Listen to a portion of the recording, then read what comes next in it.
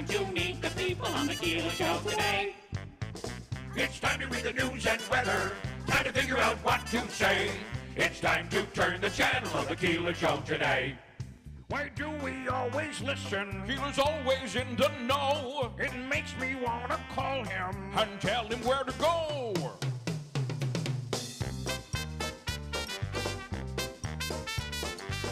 And now let's get things started. Andrew, let's get things started. It's time to get things started. On the most sensational, inspirational, celebrational, Keelerational. This is what we call the Keeler Show. WIBX 950 and 106.9 FM. This is Keeler. Good morning and a mild start to the day. It's really incredible, isn't it? Already up to White 40 degrees. White Christmas and a green New Year's. Although this weekend it is going to cool off. So, what do we know about Damar Hamlin from the Buffalo Bills as of right now? He remains in critical condition. There was an update yesterday. And what do we know there, Jeff Manaski? Well, he continues to be in critical condition. The family's saying there might be some lung damage.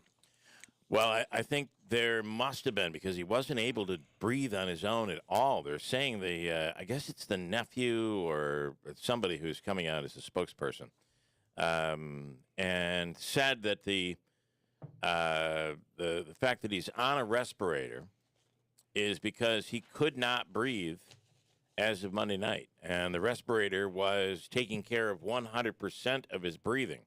According to the spokesperson, it's now improved to 50% of his breathing. Yeah. So that is a significant improvement, I would say.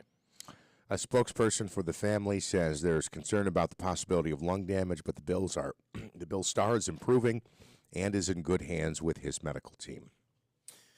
So whatever all of that means ultimately for him down the road, do you realize that GoFundMe right now is, well, as of last night, I don't know where it is now. Maybe you can check it. But as of last night, it was over $4 million had been raised for this $2,500 charity, $2,500 per year that was his charity. It's incredible what fans have done, not only in Buffalo, but also in Cincinnati and around the country. So last night it hit over $5 million, and right now it's just shy of $6 million. It's just shy of $6 million right now. It is growing by the millions, like every half a day, by $1 million. So they've updated the page as well. This fundraiser was initially established to support a toy drive for Damar's community, sponsored by the Chasing M's Foundation. However, it has received renewed support in light of Damar's current battle, and we can't thank you all enough.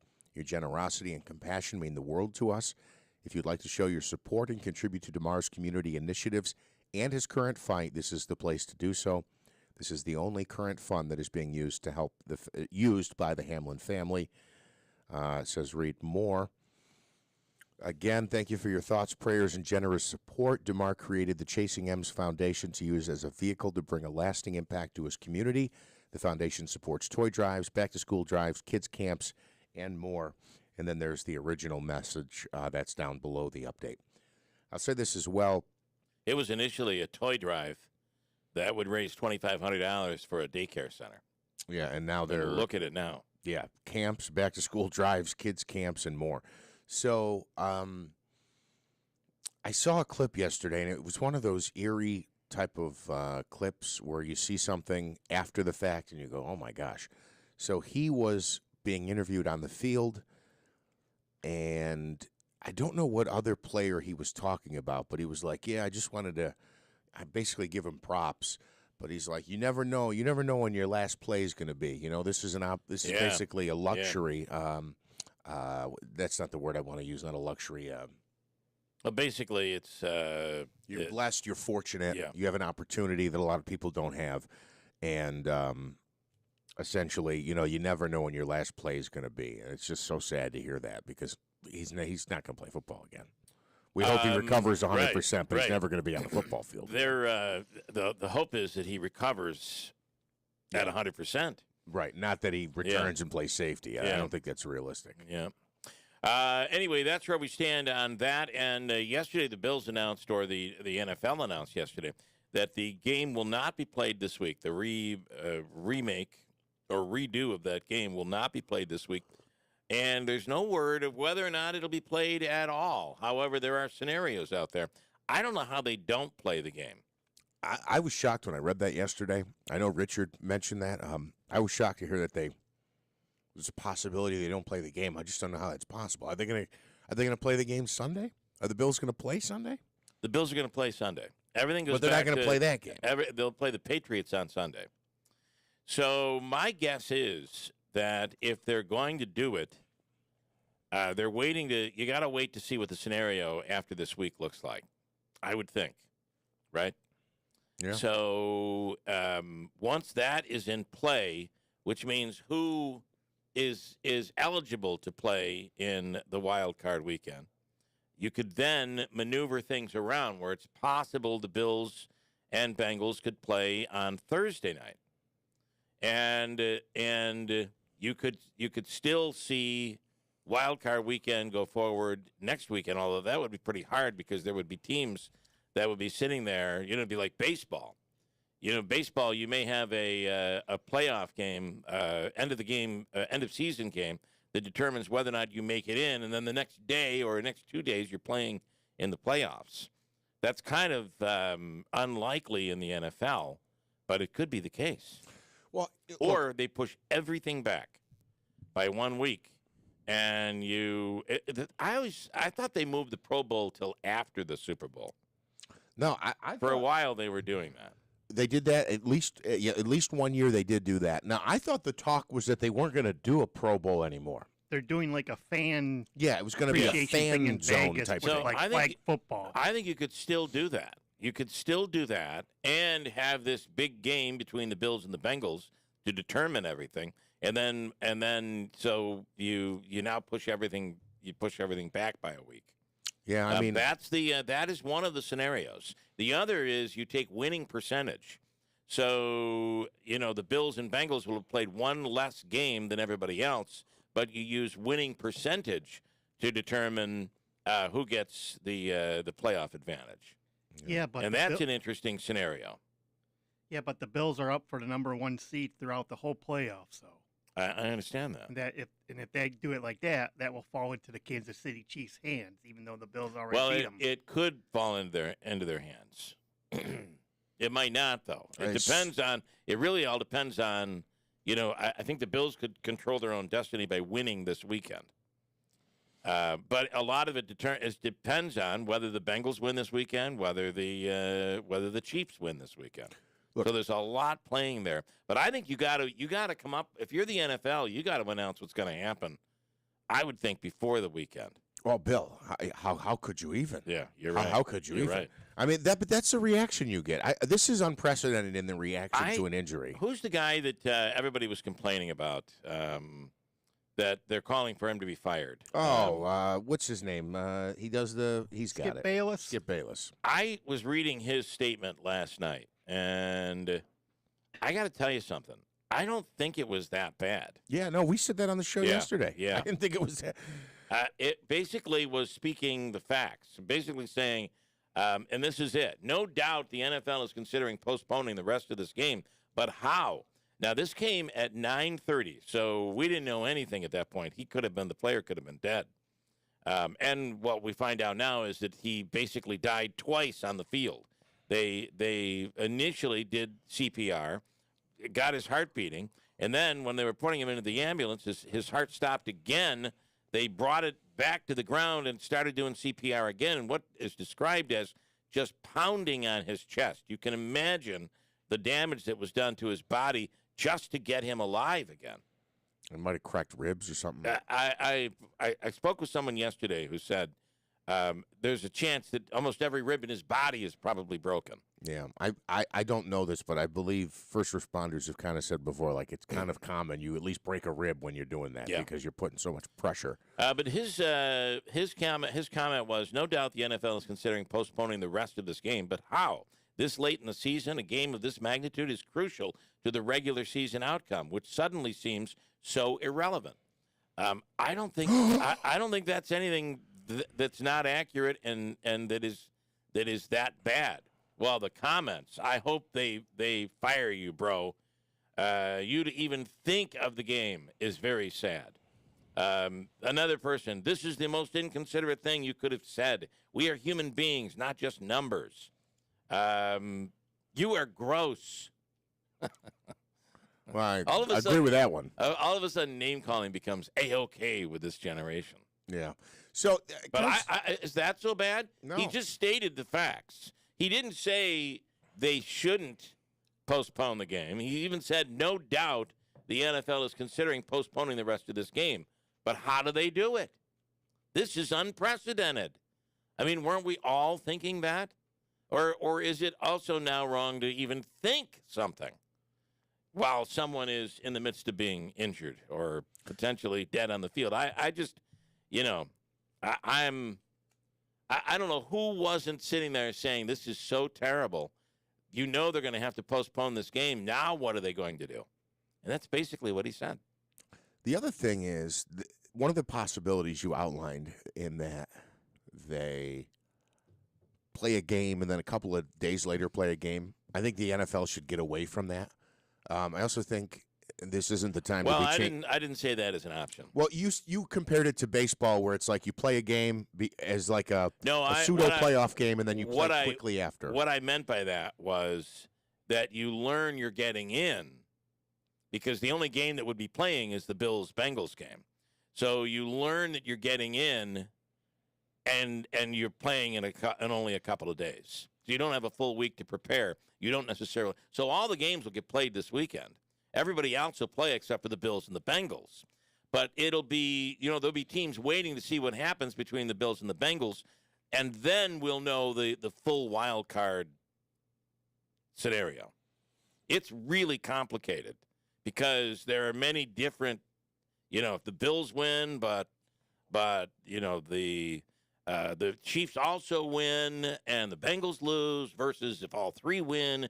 All I'm saying is you wouldn't know that you're getting in until they play that game. There may be a team out there. And we really won't know that much until after this weekend. Well, let me take it in a different direction then. I just think when we're talking about player safety, and that's at the forefront right now, I mean, you can't even talk about they're already pushing it when they go Sunday to Thursday. Yeah. Yes. Yeah. I'm not suggesting that should be any shorter. What I'm saying is, in baseball, you don't know if you're in until that one game. Now, in that scenario, you're playing in that game. But there might also be a case where the two teams are playing, and on Sunday, and another team gets into the wild card because your team just lost. But they probably would have played anyway on Sunday. So it's not the same. I get that. But I'm not suggesting that they shorten the time span. I just think in the future they have to look more at, this option. I think maybe getting rid of the Thursdays, but you won't see that happen. Yeah, I just think that's a money thing. And this issue's been raised before. I'm not certainly the first to bring it up, but it's like that. It's such a quick turnaround. Yeah. For guys who you always talk about the Romanowski example where he says it's like you were in a high impact car accident every weekend. Yeah. And then, hey, a couple days later, get out there and do it again. Do it all over again. But guess what? You get an extra 2 days the next time around. Yeah. I just think they right. Go back to playing, Sundays and Mondays. Yeah, and I know this wasn't even a Thursday game. It just comes up with the conversation, I think, about player safety. So, but I don't see that there's a reason why they couldn't push everything back by a week. I don't see you don't need that extra week for the Super Bowl. They could get away without that week to make this whole thing work. The other possibility is just saying we're just not going to play it. But can you imagine if you're the Cincinnati Bengals? I would want to be subsidized by the NFL. Think of money? Think of the money they're losing there. How could you even? Yeah. Okay. You're right. You're absolutely right. And I'm sorry. Look, I hope this kid is A-okay 100%. I don't say that at all in a mocking way. I really do, but I'm just surprised at the reaction from some people that if you even talk about anything football around the field now, people are like, he's still in the hospital. So realistically, are you suggesting that we don't talk about football till he gets out of the hospital? Because you might as well cancel the season. He might be there for a while. I was watching a lot of ESPN yesterday, back and forth between news channels and watching Kevin McCarthy try to become the Speaker of the House. Holy crap. What a mess that is. I mean, that is full-out mutiny going on right now. They are holding firm. I don't know that these guys give in. We'll talk about that coming up.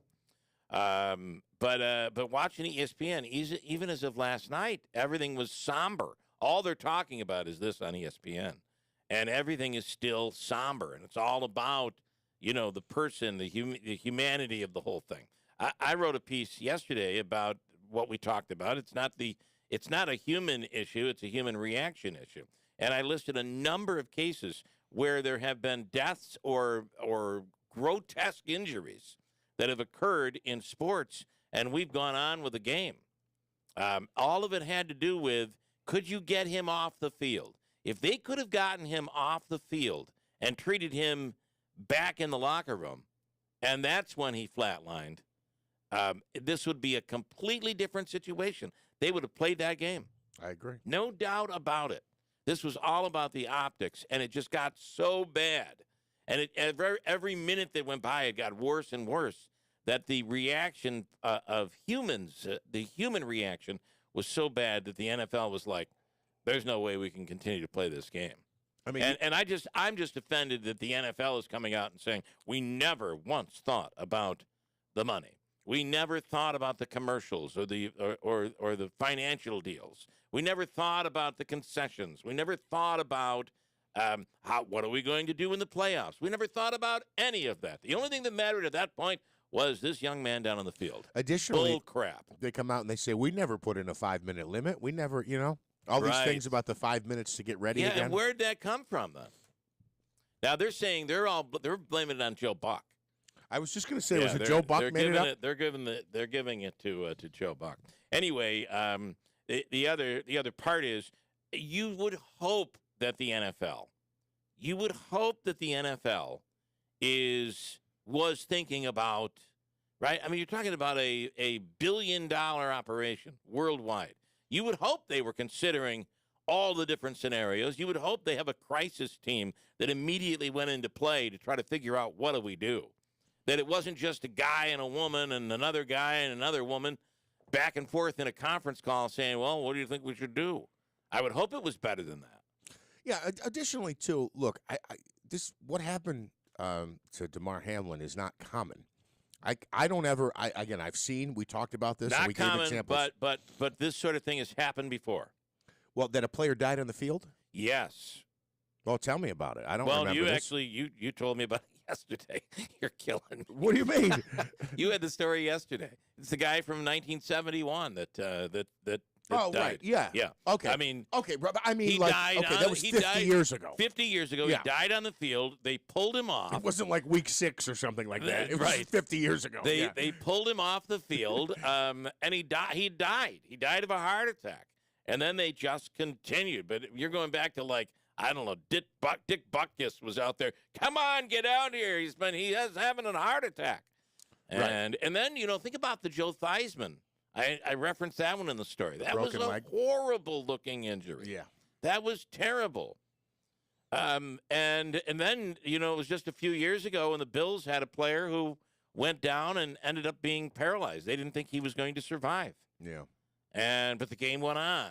Again, get him off the field, out of the view of the public and the players, and we'll continue to play.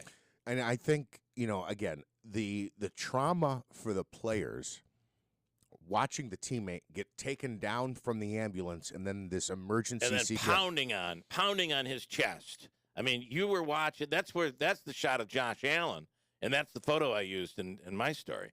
The shot of Josh Allen putting his hands in just horror over his face with tears in his eyes. turning away from the scene. It's just that picture alone was enough for you to say, wow, there's no way they can continue here. How does Josh Allen come out and perform? Yeah, and they had other players who were like hysterically crying on the sideline. I mean, Yeah. you couldn't expect them to go out and want to tackle other players and score touchdowns at that point. I totally get it, but it's unfortunate. It's So really sad. I remember can I just say Yeah. I sat down and watched the game. I was in the recliner. You know, I had my feet up. I had ordered food, as I mentioned, because I missed when they were doing the CPR. Because you put in a little bet. I still have a little bet in, apparently. I think most of them have refunded the bets now. Oh, I should check. I haven't checked recently. Yeah, once they announced the game wouldn't be played this week, they refund all the bets. But it was like Cincinnati marches the first play of the game, right? Because you're expecting this offensive shootout, and this the two of the best teams in the AFC and the whole league. Yeah. They first play of the game, they go for the deep pass, get the penalty. Ultimately, they score a passing touchdown. Buffalo gets the ball, marches it right back down. They only got the field goal, 7-3. But you're like, you know what? This is a hyped-up game, and this is going to be it. We're going to see two of the best teams in the league. It's not going to be one of these 23-3 Thursday night games, right. bum games that you don't want to watch. This is the hype, and this is the game. I kept thinking we were looking at the Bills Chiefs all over again.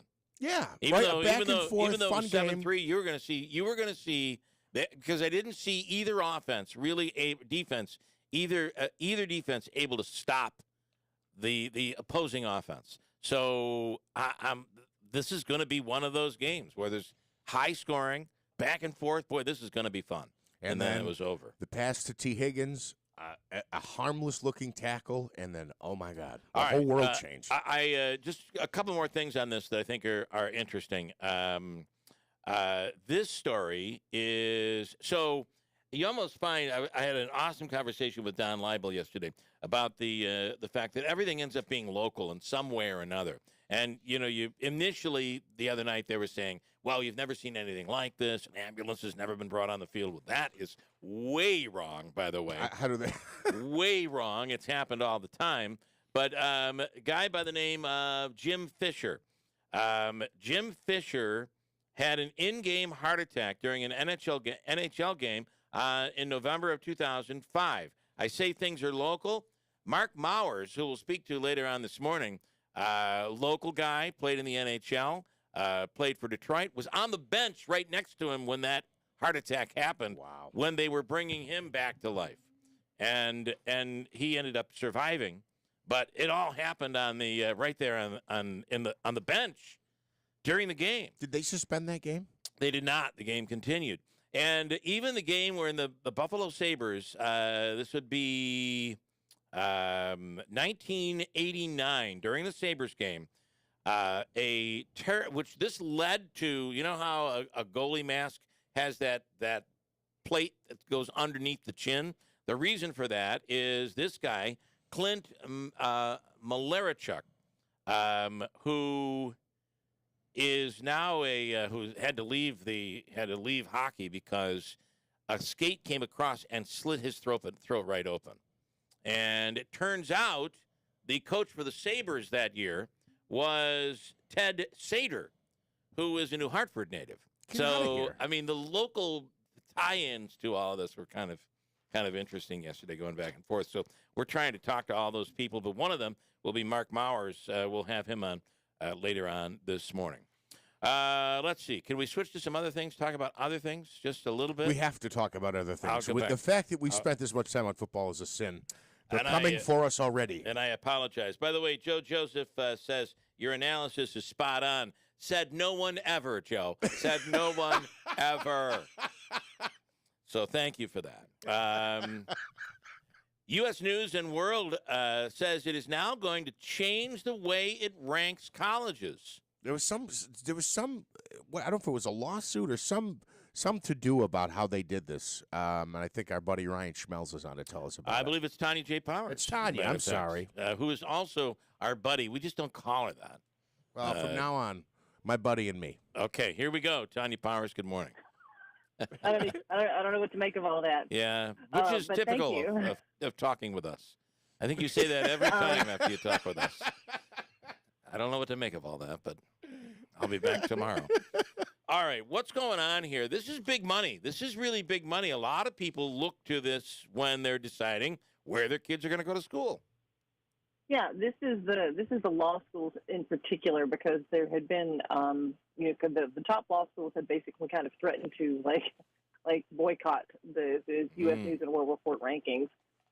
They had gotten a lot of flack because of the way that they do the rankings. The critics of the way that they have been done said that especially for how they measured student debt, which they're no longer going to be considering indicators of student debt on the list of rankings. Because some of the folks had said, the way that this is done and the fact that you're factoring that in leads or encourages schools to favor wealthy students over those with financial need. And that the use of spending per student favors, those figures favor wealthier institutions. So they're not going to consider either of those things anymore. There had been, like I said, a lot of pushback from law schools, the top law schools. They've criticized this list for years. It's not a new thing. Okay. They've also said that the things that, the magazine has announced that they're going to do don't go far enough. They don't, this is not everything they wanted as far as the way that they wanted them to redo this to make it a little more, I guess, fair, transparent, whatever you want to call it. They're going to give more credit to schools where the graduates go on to pursue advanced degrees or pursue school-funded fellowships so they can work in public service jobs that, pay lower wages. The whole thing is in response to the criticism of the rankings and the way that they've done this, because they, the thing that they've gotten accused of is overvaluing high-paying private sector jobs. Okay. And that instead of, these are, they're not, giving as much weight to, other jobs that these graduates go on to do that don't pay as much. Well, that's kind of the big criticism. And that would be the noble thing for a student to do, right? and they're giving less credit to that. It's interesting because I was reading, or I had one of those audio news reports as I was traveling, and it was about college admissions and how this whole thing about that's at the Supreme Court, a lawsuit brought by Asian Americans who are saying that they are discriminated against when it comes to college admissions. Because they are limited. It's all part of this mathematical equation. They're like, we already have our quota. But we have our quota, enough Asians, and that happens. And they tend to do very well, especially when it is in science and medicine, that sort of thing. But really how they go about, for instance, when they consider what someone does, they like, if you play rugby, that is high up on these Ivy League schools. That's high up on their list. You get a lot of points for that. But if you were, on something that is offered in a more poor school district, like just regular sports, it doesn't carry as much weight. So that it favors wealthier school districts and ultimately wealthier people.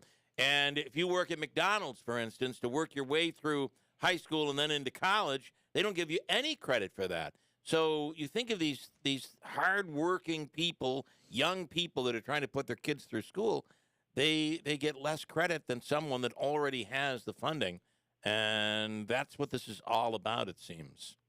Yeah, it's an interesting development. The fact that they've actually come out now and said that their new spring list is going to reflect this.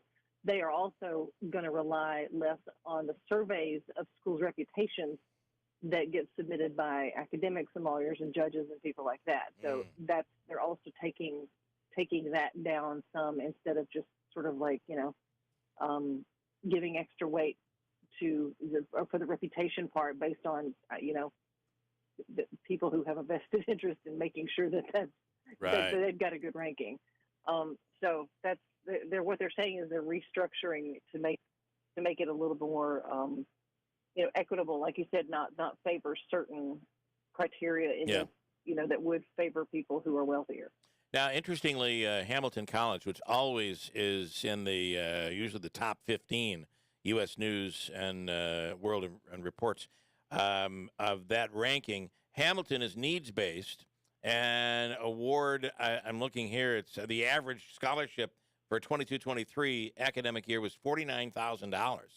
So, but it's needs based, and so a school like that would probably be ranked even higher because they're looking at it differently. I would assume, right? I would guess. Yeah. Like I said, if they're looking at a different criteria instead of weighting it the way that they have been, that makes more sense. All We'll have right. to wait and see when the new list takes effect this spring. So we'll see what We'll that see. looks like. All right, Thank Tanya you, J. Tanya. Powers, our buddy. Thank you so much. Thank you. Have a great day. Thank you. And away she goes. Something tells me Tanya's sitting on a subway train right now next to a person with pink hair and a dog that looks like a cat and multiple face piercings, and she gets off the phone and looks at that person and goes, well, that was a weird phone call. Yeah. I thought keeping the earbuds in so I didn't have to talk to you was I'm better off talking to you. You may very well be right. Tom says, now do you see why you don't cancel? I agree, Tom, with that. We're back to football and Monday night. But I don't know how they couldn't cancel Monday night. I was I'm surprised. not, if you read my piece that's up on the website, I agree they had to cancel. I don't know how they couldn't cancel. John, our buddy John in Bridgewater is calling you a know-it-all this morning. I don't know exactly what that's in regard What does to. that mean? I didn't Additionally, say anything about Trump, John. Nothing. John in Rome says you forgot the most famous of these type of incidents when, I'm going to say it wrong, Dukhu Kim died in the ring in a boxing match against Ray Boom Boom Mancini, broadcast live on television. Warren Zevon even wrote a song about that incident. We talked about that yesterday. There's also the case up on the website. And by the way, all those facts that I had, I apologize, John, if I'm coming off like a know-it-all.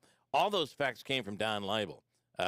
Don is the one who really does know it all, and not in a bad way. So, give credit where credit is due. But, John, I know everything. Sorry. The other thing was what Vince McMahon did. And, Davey, you would know all about this, too. Don and I talked about this. That Hart guy who died in the ring during a pay-per-view. Owen Hart. He was known as. Go ahead. He was known as the Blue Blazer. I was just going to say that because I know it all. I have no idea. That's what they call him. But he was the dead Blue Blazer, and Vince McMahon decided let's let the show go on, and they dragged him off, and then later in the show announced that he had died, and I believe the announcers were like tearing up and crying during the broadcast. Yeah, he took a lot of heat for that one. Because he made it a part of the show. Yeah, that was a horrible incident. Do you want to quickly summarize that, Smitty? It was a pay-per-view. He was supposed to come off from doing it up from the scaffolding down into the ring because he was like a superhero. I remember that. And the rope snapped, and he fell down into the ring. He fell into the ring. He was seriously injured. Yeah. I don't know that he didn't die in the ring, but it was really looking bad. And they kind of went to, would they go to a break or something? It or was they a pay-per-view, so maybe they played some type of a pre-recorded feature and then came back, and as you mentioned, and they announced, a teary-eyed broadcast team. Yeah, they announced it. And the show went on. Yeah, and the show went on. And he took a lot of criticism for that. Mike says, I wonder if the NFL feels so boneheaded after their initial move after the injury, saying teams would warm up and go through the game, have decided that they want to look like humanitarians and not have the game take place. Just one opinion. Yeah. Hope is not a good strategy, he says. Yeah, I wonder. And the part of this is, and listen, we don't know better than the NFL, you would think, right? But I kind of wonder sometimes when these big companies make decisions, there's still a couple of human beings in a room or on a telephone call making a decision. And I'm not sure it's always the right decision. Well, right. And I think they set the tone where it's like, above all else, we're moving forward no matter what. Now, there are a few exceptions, but I don't think they sit there and openly discuss possible exceptions. Well, what if this? Well, what if this? The theme is we're moving forward. Yeah. And if there's a deviation from that, we'll let you know. And there was that deviation that just seemed like it was so bad emotionally for everybody involved that there was just no way they would be able to continue on. That's that's my take on it. And I feel like I'm bothered that the NFL is not honest enough to admit that. And oh, by the way, for an hour we sat there while they played commercial after commercial after commercial. And I'm not sure if I'm one of those companies that put millions of dollars into a commercial and it's all fun and happy and they're throwing things around and everybody's laughing and drinking beer. I'm not sure that I would want to be a part of that. But they got those commercials in so they could say, hey, we played your commercial. I will say this, though. It was much better than watching the live coverage. You're right. You're right. It was brutal, the live coverage. Great. Thankfully, here's another commercial. You had Adam Schefter tearing up and basically chastising people for tuning in to watch the game. You had Susie Kolber blurting out the first 3 words of a sentence, hoping somebody would jump in and save her from what she was about to say. And then Booger McFarland refused to look at the camera at all for the 30 minutes he was in the studio there. Just had his head down, would not look up. Switching to the vote for Speaker of the House yesterday, really it was a bad day for Republicans yesterday. So I missed this. What happened? Well, he went through, I think, 3 votes yesterday where Hakeem Jeffries won the vote, but not enough to become Speaker of the House.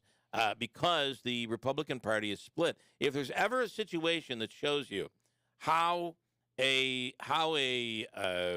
Democrat can win in 2 years, win the presidency back, this is a great example. Yeah. So you have a split Republican Party, and you have Jeffries running for the Democrats. Jeffries wins out by 10 votes, and the Republicans end up splitting the vote. I mean, that is exactly what would happen. And you now have President Trump threatening, hey, if you don't get behind me, I'll form a third party and I'll run in 2 years on a third party ticket. So that would definitely put a Democrat back in the White House. So, it's playing out right now because this more extreme element of the Republican Party versus the mainstream. They're battling it out, and this group is saying, "No way, we're not voting for McCarthy," and they keep nominating other people who get up in front of the mic and say, "Hey, I'm nominating McCarthy." That's who. But they nominate him, and he pulls out 10 votes, 11 votes, and it splits. And it goes to another round. They finally adjourned yesterday because they were getting nowhere, and McCarthy says he will plow forward. There'll be another vote today. We'll see what happens. And when you say pull out the 10 votes, everybody gets to vote each time, right? Correct. Yeah. So, right. They were saying yesterday, the entire House is voting. So the entire House votes for Speaker of the House. A Democrat could become Speaker of the House. It won't happen. Right, but it could happen if everybody got behind the Democrat. Well, right now, the Democrat is getting more votes because McCarthy cannot lose. I believe the number is 5 Republicans, and he has consistently lost more than 10 Republicans in the voting yesterday. I just thought the number that I heard yesterday, maybe it was on Kilmeade, was that he had 97% support of the Republican Party, and obviously 97% is not enough because he only needs 5. Well, 5 of the 100 he can't and something. He can't lose 5, and he lost. He consistently lost. I don't know, 10 to 20 votes. I mean, the problem is with this is the victor in all of this is the ultimate minority leader. This is the Democrats. They are the victors in this whole situation. The longer this goes on, the better it is for Democrats. Who's the Laverne and Shirley there, the Republican Party? Boebert, and then the one from Georgia. Yeah, what's her name? They're all apart. They definitely are not voting for McCarthy. They are the Laverne and Shirley of Green. You're talking about. Yes, Marjorie Taylor. So the latest on that story, shooting on Sunday night. We're going to get details from Mike Curley later on this morning. 25-year-old Utica man identified as the victim. Second victim recovering after surgery. And there's a report in the Syracuse paper today where maybe someone else has died. I don't know. We'll have the full story on that coming up in a second. Curley will be coming on. Sergeant Curley will be coming on later on. And here's some news for you. Everybody was talking about how McDonald's is now going away on the thruway. I think that's such a big problem. I love the fact that you can rely on something on the thruway, at least in certain places.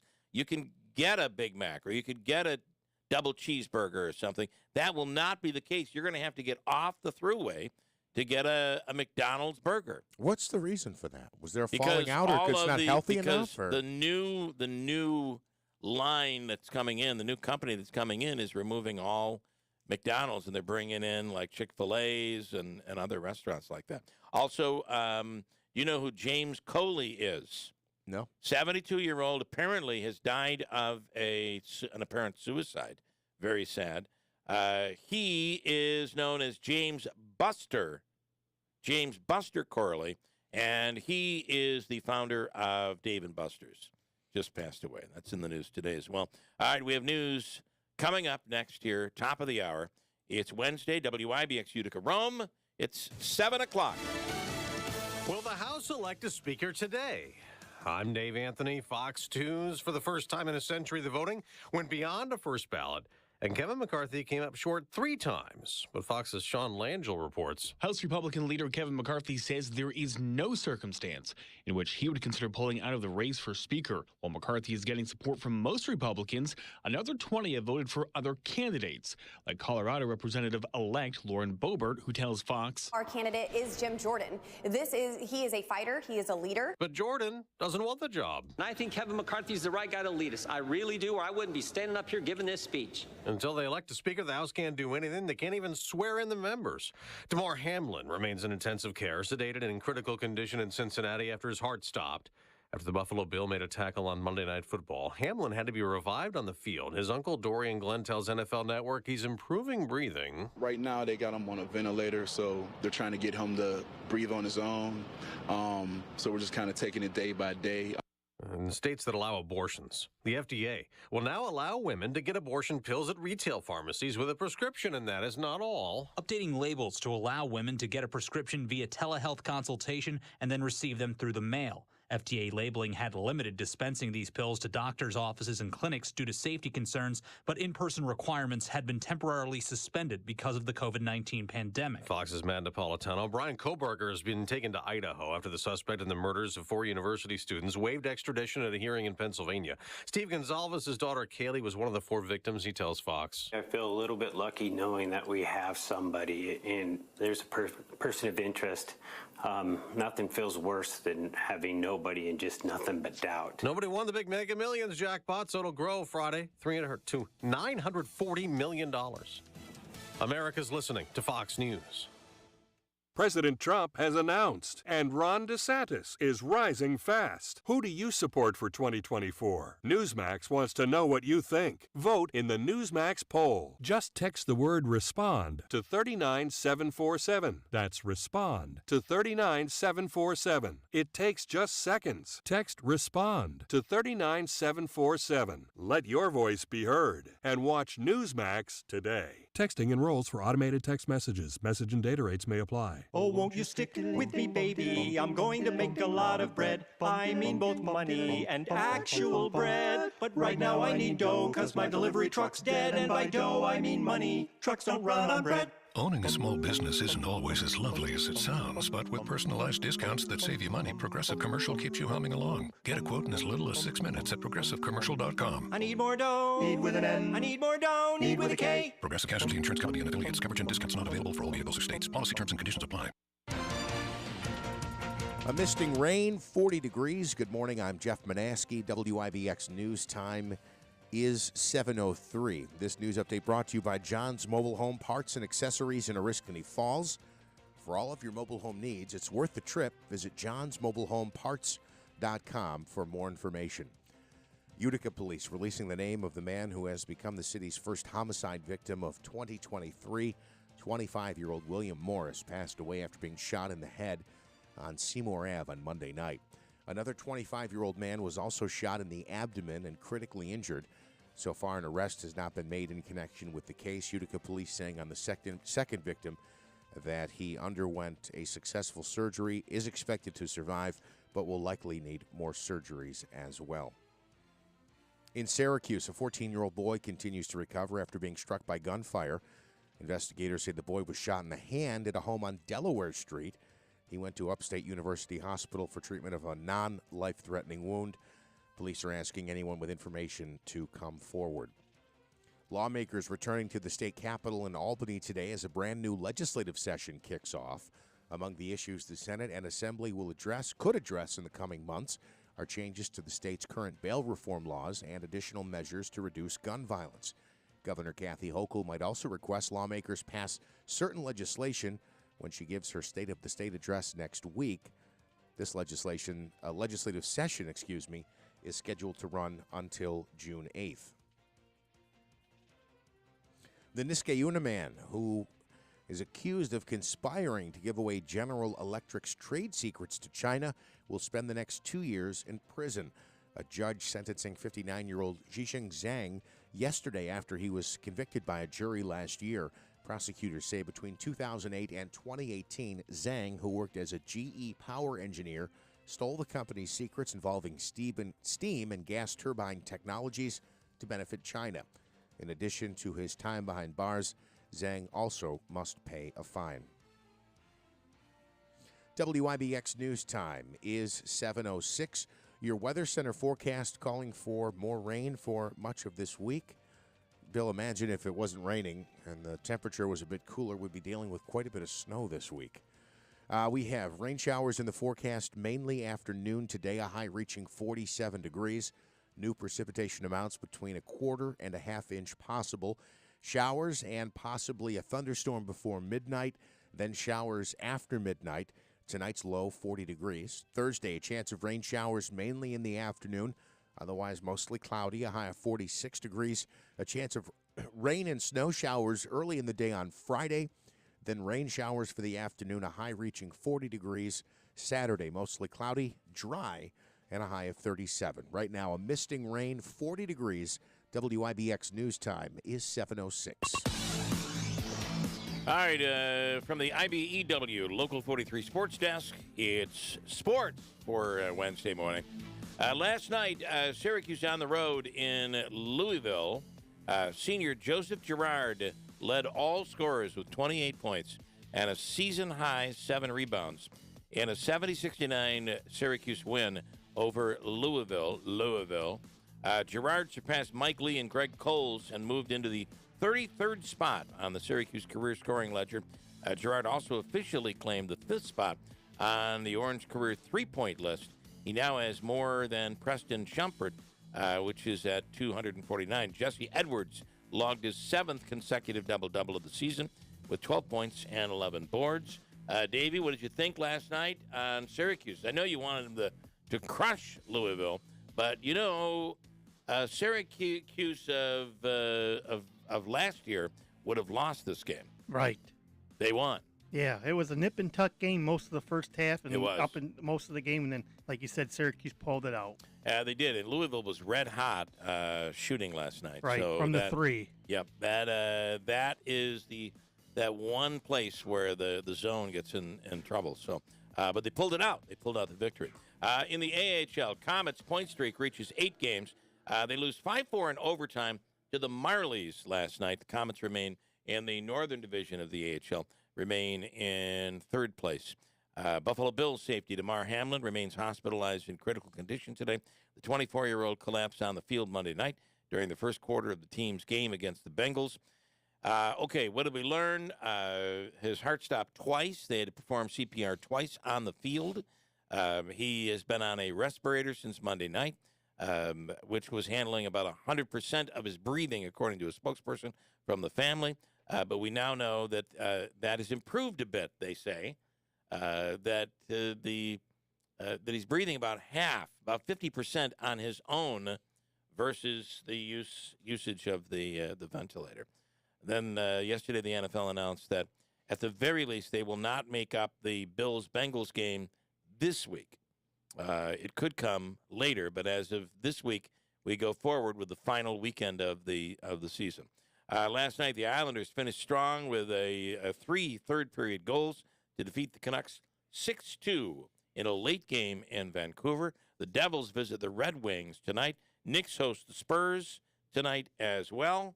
And I guess that's all I have right now. A couple of comments here via the app, and this one is critical. I'll get to this one first. FX in New Hartford. Dr. Hall gave an opinion on the cause of Damar Hamlin's cardiac arrest, but at the conclusion of his statement was asked by you in a leading way if being fully vaccinated had anything to do with his cardiac arrest. I don't think that was leading.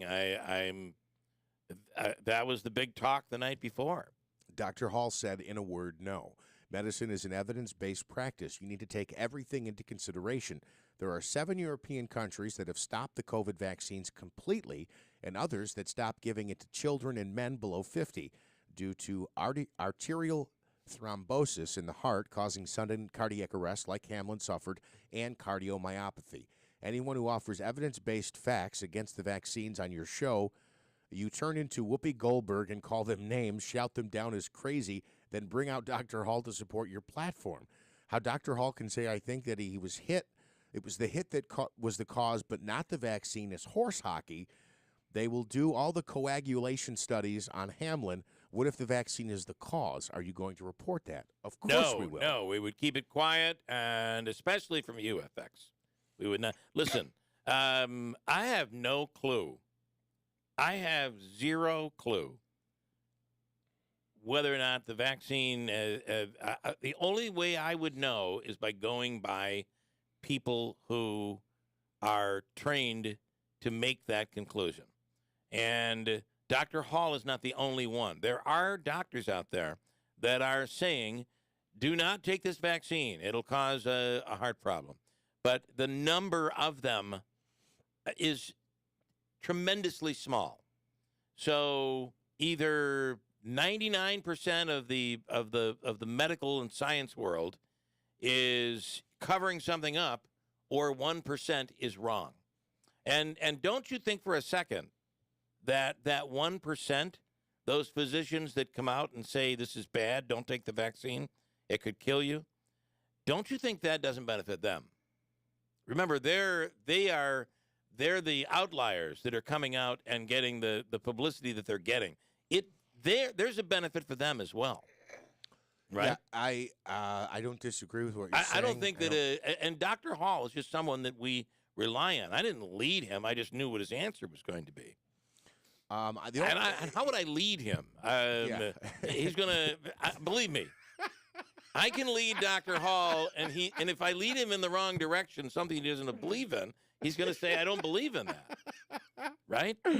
Dr. Hall's listening each morning, listening for his cues from Bill what on should I say? How to handle policy at the hospital. So listen, FX, that's the part where I'm sorry I disagree. And I agree with you. History will tell us. Now, I'm just saying, I've gotten all of the boosters. And we've had COVID in our house. My wife has 2 autoimmune disorders and is one of those people who is vulnerable. I'm not even thinking about the fact that I've had cancer because I believe that I'm cancer-free at this point. So I don't see myself as someone who is vulnerable. But my wife is. And for that reason, it's not Dr. Hall I listen to. It's my wife. So FX, whatever you think, and I get it. Back during the heat of all of this, we were all arguing on the radio over, with people that said it wasn't good, and you should be taking hydroxychloroquine, and all of these things. Some of them probably were true. Some of them probably weren't.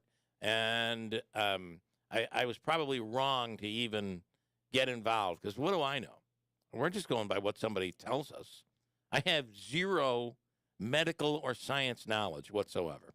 Just what I'm told, and you rely on people who you believe in. Additionally, Big Honey says, and I think this is a great question, regarding the McDonald's on the Thruway. He says, so the Chick-fil-A's on the Thruway, are they going to be closed on Sunday? That sounds quite inconvenient. I got to tell you, I think they are. Isn't that like a major travel day? Yeah. Sundays are huge travel days. Yeah. All Hobby Lobbies on the Thruway, too, will be closed. I'm pretty sure. So I don't know. I was actually just on the Thruway. Carter and I went to the Lego store in Syracuse one day last week. Great question, though. And I don't know the answer to it, but there's already a Chick-fil-A out near, I think, Canastota has a Chick-fil-A. Does anybody know? I'm pretty sure it closes on Sundays. Yeah, if you've been there, if you've tried to stop there and eat there on a Sunday and couldn't, please let us know. It is the chain rule that you are closed on Sundays. Yeah, right. It's not like exceptions. Like all of our stores are closed except for the ones on the New York State Thruway. Yeah, I think you're right. Don't think they do that. So, but here's my question though. Is there another option? Like I used to frustrate me. Like anytime after 9 o'clock, if you're on the Thruway, like they have many options there. I mean, just with the one in Canastota. Okay, so there's more. There's another burger shop or pizza shop where you can get food. There's a whole. That one is one of the small ones. The larger ones are going to be. There are going to be big ones and smaller ones on the Thruway now. So the one in Canastota is one of the smaller locations. So there's Chick-fil-A there. I think there's a coffee, like a Starbucks. So you have Starbucks, Chick-fil-A, and then there's this grab-and-go area where you could grab a burger and warm it up. You could, you can get deli sandwiches. And then on top of that, I think there might be like a little convenience store on top of all of that. Okay. In the thing. Yeah, Davey, you question? You good? No, nothing? You know the answer to the Chick-fil-A? It is closed. It is closed. Okay. I got this Sundays here from FX. That was leading. Davey ran right with what I wanted him to say. I've tried it with Dr. Hall. He doesn't bite. Good morning, Andrew. Andrew chiming in to say, our Andrew, it's still worth it the 6 days that they are open. And then he also said on the convenience store or whatever, he says Apple Green Market. Apple Green Market, yeah. It's like a grab-and-go type with more, it's not that the food is healthier, but the menu has green leaves all over it. Right. So it makes you feel like, wow, that must be really healthy. Looks pretty natural to me. The extra leaves absorb some of the burger grease. I think it is, yeah. All right, well, anyway, that's what's going on here this morning. Listen, your comments, whatever you think, feel free, 315-736-0186. Let me just see. I tend to forget the comments on YouTube. And let me see. Yesterday, I missed a whole bunch. Today, do we have any? We do not. I don't have any comments. Are we live on YouTube? Yep. Oh, okay. I didn't realize streaming on YouTube this morning. The video feed? The video feed. Streaming on YouTube. Oh, I'm over here eating butterscotch cupcakes here. We were yesterday, too, just for the record. I know. I didn't think there was a video feed. Yeah. And here's something. And again, I try to be open-minded, and I'm probably not. I probably am not open-minded, and I apologize for that. But it is what it is. Apparently, over the last few years, there's a trend out there. I'm going to try to be open-minded. Instead of wasting your Christmas tree and throwing it out, you should eat it. So, again, I thought it was compost. If you can, be open-minded. You got to be open-minded. No, thanks. Don't waste that Christmas tree. Here's Julia Gorgongalis, author of How to Eat Your Christmas Tree, talking about the different ways you can ingest your Christmas tree. How to Eat Your Christmas Tree is a cookbook that explores the unsung edible heroes of our forests, the humble Christmas trees and their evergreen friends. In the US and UK alone, 40 million trees are harvested and thrown away each year. My Little Green Cookbook's 22 delicious recipes, with ideas such as Christmas tree cured salmon, spruce flavoured ice cream, and Christmas tree alcohol. Well, there you go. So you could actually, infuse your alcohol with your Christmas tree.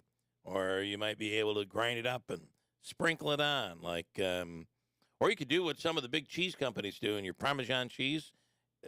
Put a quarter cup of sawdust in there. Nobody will know. Please don't. Well, please don't. That's what I think sometimes they do. So there you have everything.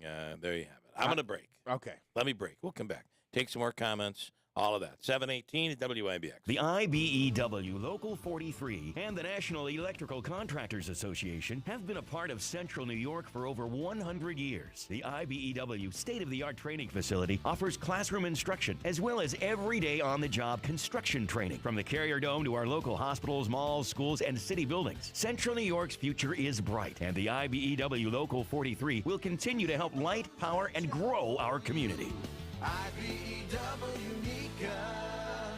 Wesley Financial Group is not a law firm. This story is called The Ugly Truth About Timeshare. If you think you've done your family a favor by buying a timeshare, you need my help. Hello, I'm Chuck McDowell, CEO and founder of Wesley Financial Group. 10 years ago, I started helping folks cancel their timeshare. And in the process, started what's now called the timeshare cancellation industry. Timeshare is the only thing that you can buy that you can't tell me how much it's going to cost or when it's going to end. When you buy a timeshare, you give them a blank check to fill out any amount they want for annual maintenance and assessment fees. The crazy thing is, this never ends. Even when you die, your family's now going to be stuck with this burden. Stop the insanity today. Call my office now. If we take you as a client, I guarantee we'll cancel your timeshare or you'll pay nothing. Call for your free information kit. 800-771-1300. 800-771-1300. 800-771-1300.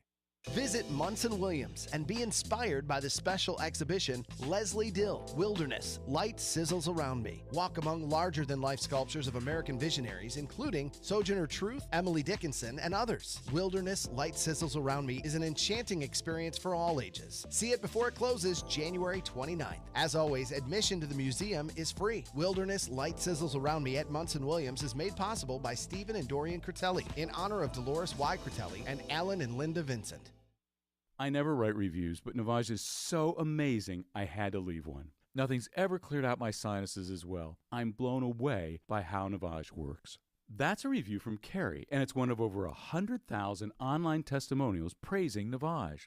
I'm Martin Hoke, the inventor of Navage Nasal Care, and I've talked about flushing out allergens, viruses, mucus, and germs. How Navage's powered suction can help you breathe better, and how your nose is the body's air filter, and Navage will clean it out. But don't take my word for it. What do people like Chad say, who wrote, Navage has helped clear out my nasal passages every single night. My wife says my snoring has gone way down. Snorefest be gone, unquote. Navage is the all-natural solution trusted by over 3 million customers to help you breathe better, sleep deeper, snore less, and stay healthier without drugs. Navage is available at Walmart, Walgreens, CVS, Rite Aid, Bed Bath, Target, and online. Navage, N-A-V-A-G-E. Clean nose, healthy life. Here's a message just for the attorneys out there. So you passed the bar, joined a firm, or even built your own. Now are you finding out that you're doing more administration than actual law practice? Lexicon can help. Lexicon is a legal technology provider with over a decade of experience streamlining administrative tasks like timekeeping, billing, and more, so you can focus on maximizing billable hours and increasing client satisfaction. Call 855-4-LEXICON or visit lexiconservices.com/go to learn more. Hey, if you need repairs to a neon, we've talked to Joe Lode about this. He has several amazing Utica Club and FX Mat neons, and they go bad after many years. These are antiques. He takes them to Howie at Just Neon Sign Company in Utica and gets them repaired. Located at 409 James Street in Utica. He's an apprentice. He has an apprenticeship there where apprentices around the country will come to Utica and learn how to create and repair neons. Just some of the people who've made comments. Incredible service and selection. Highly recommend Howie and Just Neon and all of his services and products. This person says, next year's gift will be tough to beat. We were talking about a neon clock that was given for a holiday gift this year. Ordered neon on Monday. Howie hustled, got it done for me to pick up on Friday. And again, whether you're a company and you have neons, a business, or you have a man cave or something in your home and you have a neon and you'd like, and maybe it's one of those old beer signs, whether it's repaired or made from scratch, you can literally design the neon, design a clock or a neon, and Howie will put it together for you. It's incredible. One of the few places left in the country doing neon The only one this side of the Mississippi. It's neon, just neon, just neon. It's the Just Neon Sign Company, located at 409 James Street in Utica, 315-797-2345. WIBX 950 and 106.9 FM. This is Keeler. I know you have some comments to get to. I have a couple of cool stories, if you want them. What do you want first, comments or cool stories?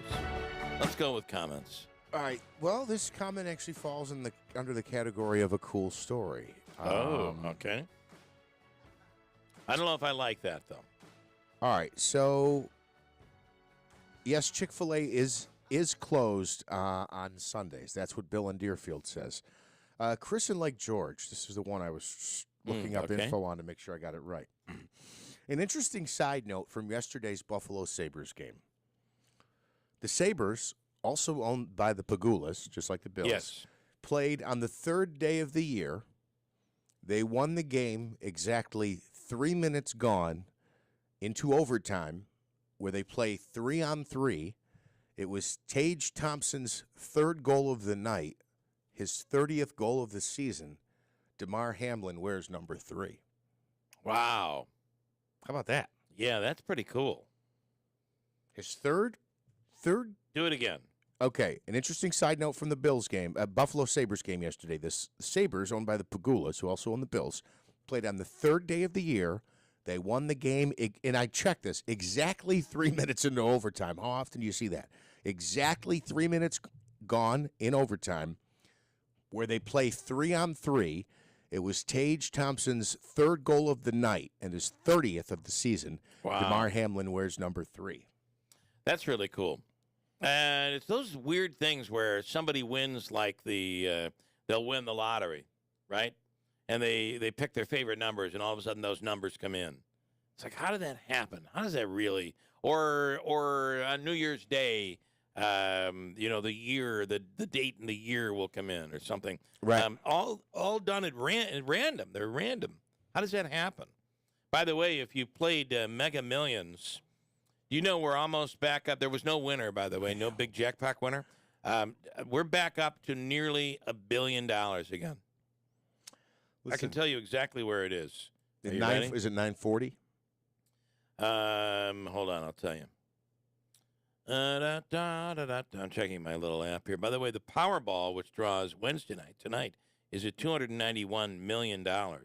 Chump change, please. The Mega Millions is at, as you said, $940 million. Al in Herkimer says, tell Billy, makes me laugh every morning. You guys do a great job. Well, you're alone in that opinion because not everybody believes as much. But my wife says you. the same thing during relations. And. A-N-N-E-N.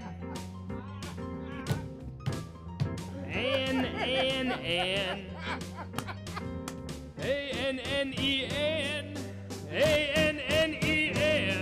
Here she is, ladies and gentlemen, for the first time in the year 2023. And from Rome, good morning. All right, enough of that. Good morning, Ann. Good morning. Good morning. Happy New Year, everybody. I want to wish everybody a happy, healthy New Year. Happy New Year. Republicans and Democrats alike. alike. About Governor Hot Mess did it again. Oh, what? What did she do now? Don't worry about, cashless bail. Let's worry about, hey, Grandma died. I need some compost for my garden. Yeah, I saw this. I didn't understand the whole story. What is wrong with her? So you can... One of the cardinals came out and said that's against Catholic religion. I'm on my way to church, and I'm going to ask my priest. So apparently you can now bury somebody in your backyard and turn them into compost. Is that the case? Human composting. That's what's important to her. Yeah. Don't worry about people getting slaughtered in this country. Right. The crime rate's going through the roof. Worry about somebody dying and putting them in your garden. I think there's probably a lot of things that come from Albany every single day that we would be like, why are you wasting your time on this when I don't know why the problems? voters wasted their time on her, but that's my personal opinion. Well, and don't you think, though, that, she almost lost. That's in a state where she should not have. She should have won by a blowout, which tells With the you way a lot. The state of the state. Right. She should have lost. I'm just saying. She almost did, which tells you, she didn't get the support out of New York City that one would think she should have gotten. She shouldn't have gotten any support in New I know York you feel City. that way, I would yes. love to go to New York City for a long weekend and do some fun things. Not happening. Too much crime. Yeah. Well, So- there's a lot. There's a lot going on there. So. Yep. All But right. I just had to tell you, have a happy New Year, guys. And you do make me laugh, Bill. Are you getting ready for Jimmy Fallon? I'm going to try to get there. Yeah. Oh, you I'm gotta. looking into it. How do you not? sure. I mean, there's still seats available for the later I got to shows. talk to my friends this week because I watch him constantly on everything he's on. Not only is he funny, he's very smart. I thought he was awesome. He is brilliant. He really is. And he's on here, WIBX, from noon until 3 every day. And he's coming to Fat Cats Comedy Club. Go to fatcatscomedyclub.com for details on tickets. There are seats available. Davey is actually up for his new producer role, I think. Is that true? Did you apply for that job, Davey? Not going to comment. All right. He's keeping it close to the vest, Dan. But I'm going to tell you this. He was awesome on New Year's Eve. Did you see him? Jimmy? No, I didn't. Yeah. Almost as entertaining as downtown Utica New Year's Eve. I thought that was really entertaining, too. Oh, they're doing a good job in Utica on New Yeah. Year's. There you go. There you go, Have Ann. a good day, guys. Thank you. Thank you, Ann. All right. Bye. Take care. I was going to show you the video. I swear there had to be cocktails being passed around. You know how Off camera? I say, I will not drink on the air. So if there's, and I'm not a prude by any means, but if there are drinks, I may take a little sip of something, but if we're sampling something, but you are completely different. You like pop them back and enjoy yourself. I can't do that because I can, and it's funny, if you can hear like I can have a drink and I can hear it in my headphones. Okay. The slur. Oh, okay. So therefore I don't. And it just tells you that if you're, why you shouldn't be drinking and driving. If you can hear your voice. Well, and You that's why understand I what I'm feel saying? more because you're driving the bus here. You're so right. I'm just driving. a passenger. I'm not criticizing. I'm just saying I can't do that. Right. But I'm going to say that I do think there was some of that going on New Year's Eve during the New Year's Eve broadcast. Not on CNN though. They were completely dry in many ways. I was watching them all. Can I read you from the New York Post so people, Sure. for those who don't know the explanation that we just gave on what Ann called about, I just love how the New York Post approached this story. New Yorkers can now be king of the hill, top of the heap. Kathy Hochul signing legislation Saturday to legalize natural organic reduction, better known as human composting. The move makes New York State, guess how many other states do this? This is kind of like a contest, isn't it? Mm-hmm. I'm going to say only one other state. Actually, New York now becomes the 6th state to greenlight the eco-friendly burial. Assemblymember Amy Paulin and Senator Leroy Comrie of Queens co-sponsored the bill to legalize human composting as part of the measure the state is putting in place to eliminate carbon emissions by 2050. Again, this is not mandatory. It's an option that you can choose to do. It's not something you have to do. I want to be clear. Washington State. Go ahead. So no casket. You just go in the ground. Apparently, yeah. Apparently. And Washington State became the first state to legalize human composting in 2019. Colorado and Oregon followed suit in 2021, and Vermont and California then in 2022. The 60-day chemical-free compost mortem process involves putting a person's remains in a vessel with organic material like straw, alfalfa, and sawdust. The box is sealed, so there is a box. The box is sealed and attached to an HVAC system, and the remains are allowed to decompose. At the 30-day mark, the contents are screened for inorganic material, and remaining bone is broken up and put back in. After another 30 days, the contents are returned to the family. The end result is a heaping cubic yard of nutrient-dense soil amendment, the equivalent of about 36 bags of soil that can be used to plant trees or to enrich conservation land, forests, or gardens. Washington State Eco-Friendly Funeral Services Return Home, which offers human composting as a death option, says it's gotten, quote, tons of inquiries from New Yorkers. Here's the final point here. Not everyone is a fan. The New York State Catholic Conference As was Ann not said, yeah. dying to pass the bill. Quote, composting. I love how the New York Post writes. Composting and fertilizing may be appropriate for vegetable clippings and eggshells, but not for our mortal remains, said a spokesperson for Cardinal Timothy Dolan. Look it out there. See where the grass is growing higher? That's Grandma. And that's what it's going to be like. You're going to look out in your backyard, and there's an area where it's growing really well. And that'll be your grandmother. I'm not sure I'm okay with that. You know what, though? I almost feel like in 50 years, people are going to look back if this catches on, and they're going to be like, look at that Uncle Mike and Aunt Betty tree out there. Yeah, Isn't that right. great? You're right. Some people do that. They'll plant a tree when someone dies. Well, but they'll use the body as right, fertilizer. yeah. And I wonder if this catches on, they look back, like they listen back 50 years and hear the Keeler show, and they're like, these squares were putting people Yeah, they in were against boxes it. Yeah. with a headstone. You believe people used to do that? And I do think there are areas where in the world where you're dealing in they're landlocked. They don't have a lot of space. Yeah. So they end up having to put casket on top of casket on, I don't know. Is that? But Ann's point though is that aren't there other things we should be worrying about right now? And I think she's probably right. I agree. I 100% agree with Ann's point. I also, though, don't think that you should stop on areas where you can negotiate and make changes and gain ground. I'm not saying I'm supporting this, but Okay. if you are for it, why would you not move forward with it and say, all right, we'll continue to argue about this stuff, but the stuff we do agree on, let's move forward. Fair enough. We're going to break, and we'll come back and give you a chance to win our free money question of the day from the Hobeika Law Firm. First chance of 2023 to walk away with some dough. $100 on the line from Joseph and Andrew Hobeika.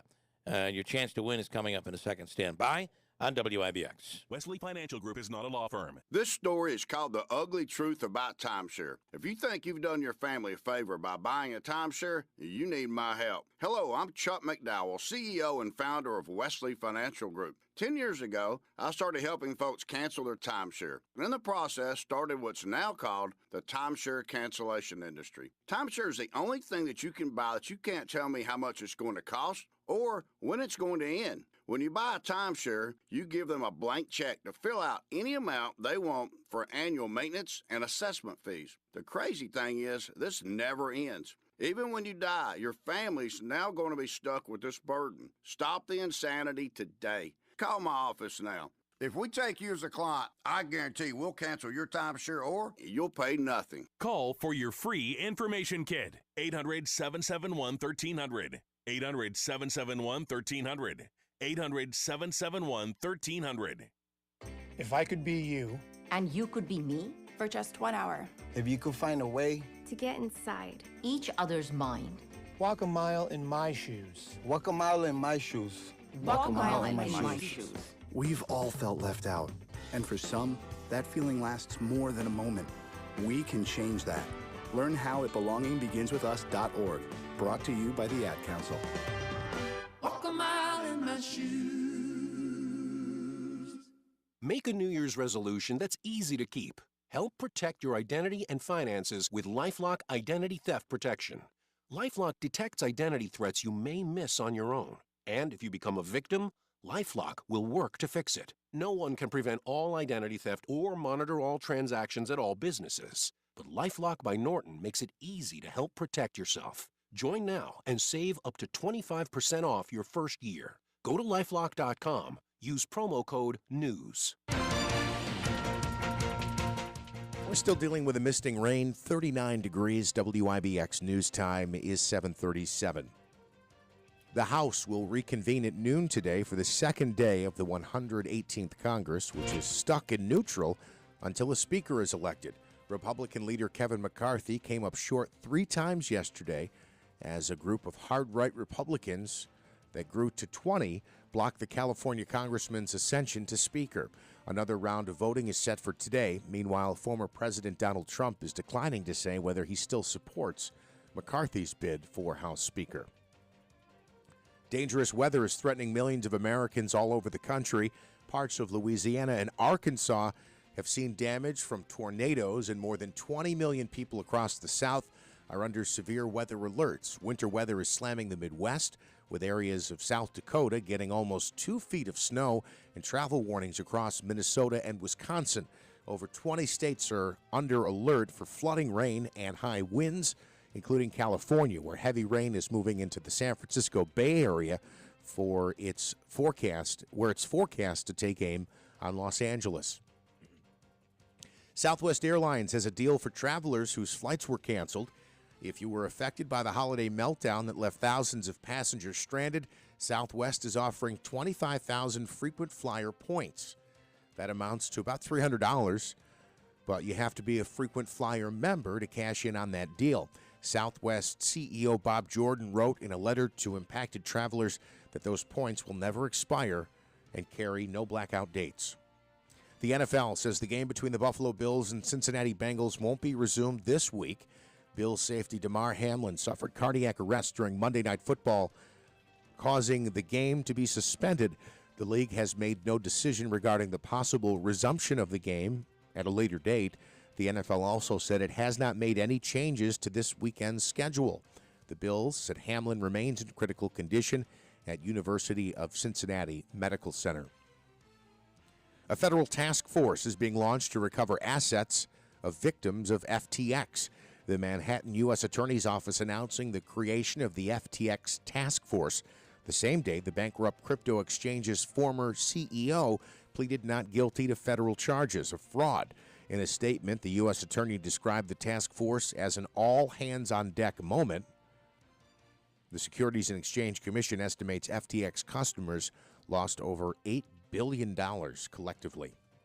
A new survey shows more Americans would like to buy electric vehicles, but are concerned about the prices. The results of the survey by the consulting firm that did the study show 7 in 10 prospective EV buyers in the U.S. expect to pay less than $50,000 for their next vehicle. Over half of those surveyed said a lack of affordability was keeping them from buying an EV.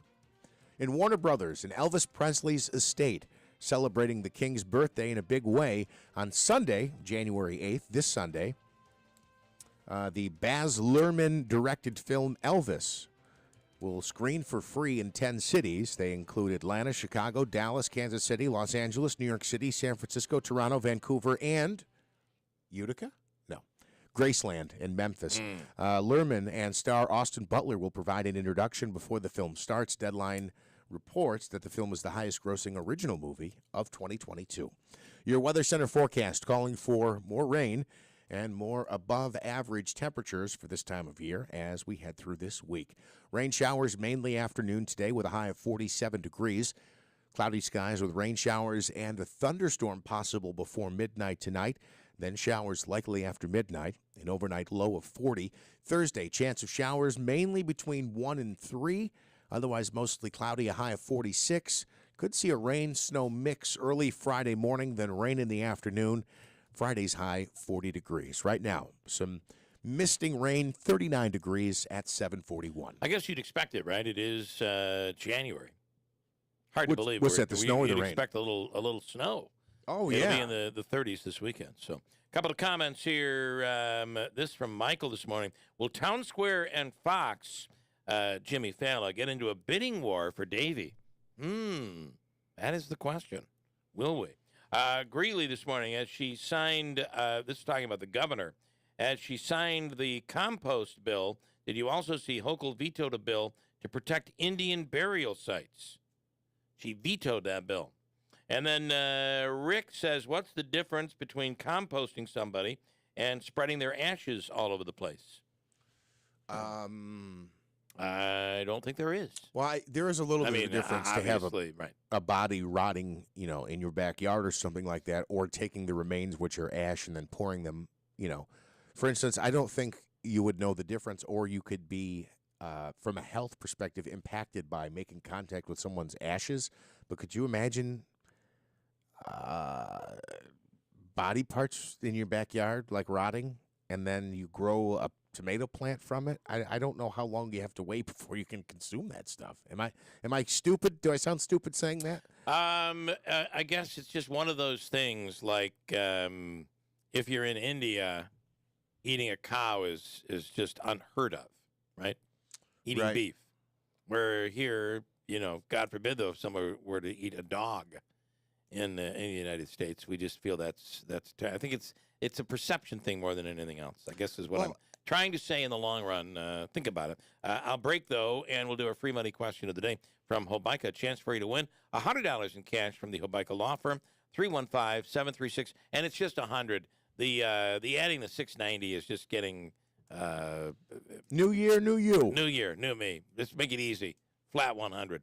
$100 on the line. Chance for you to win a C note from the Hobica Law Firm. Davey, we'll go with caller 3. Great question this morning that is 100% doable, like every one we give you. Caller 3, next chance to win $100 from Hobica on WIBX. Angie's List is now Angie, and we've heard a lot of theories about why. I thought it was an eco move. Fewer words, less paper. No, it was so you could say it faster. No, it's to be more iconic. Must be a tech thing. But those aren't quite right. It's because now you can compare upfront prices, book a service instantly, and even get your project handled from start to finish. Sounds easy. It is, and it makes us so much more than just a list. Get started at Angie.com. That's ANGI, or download the app today. I never write reviews, but Navage is so amazing, I had to leave one. Nothing's ever cleared out my sinuses as well. I'm blown away by how Navage works.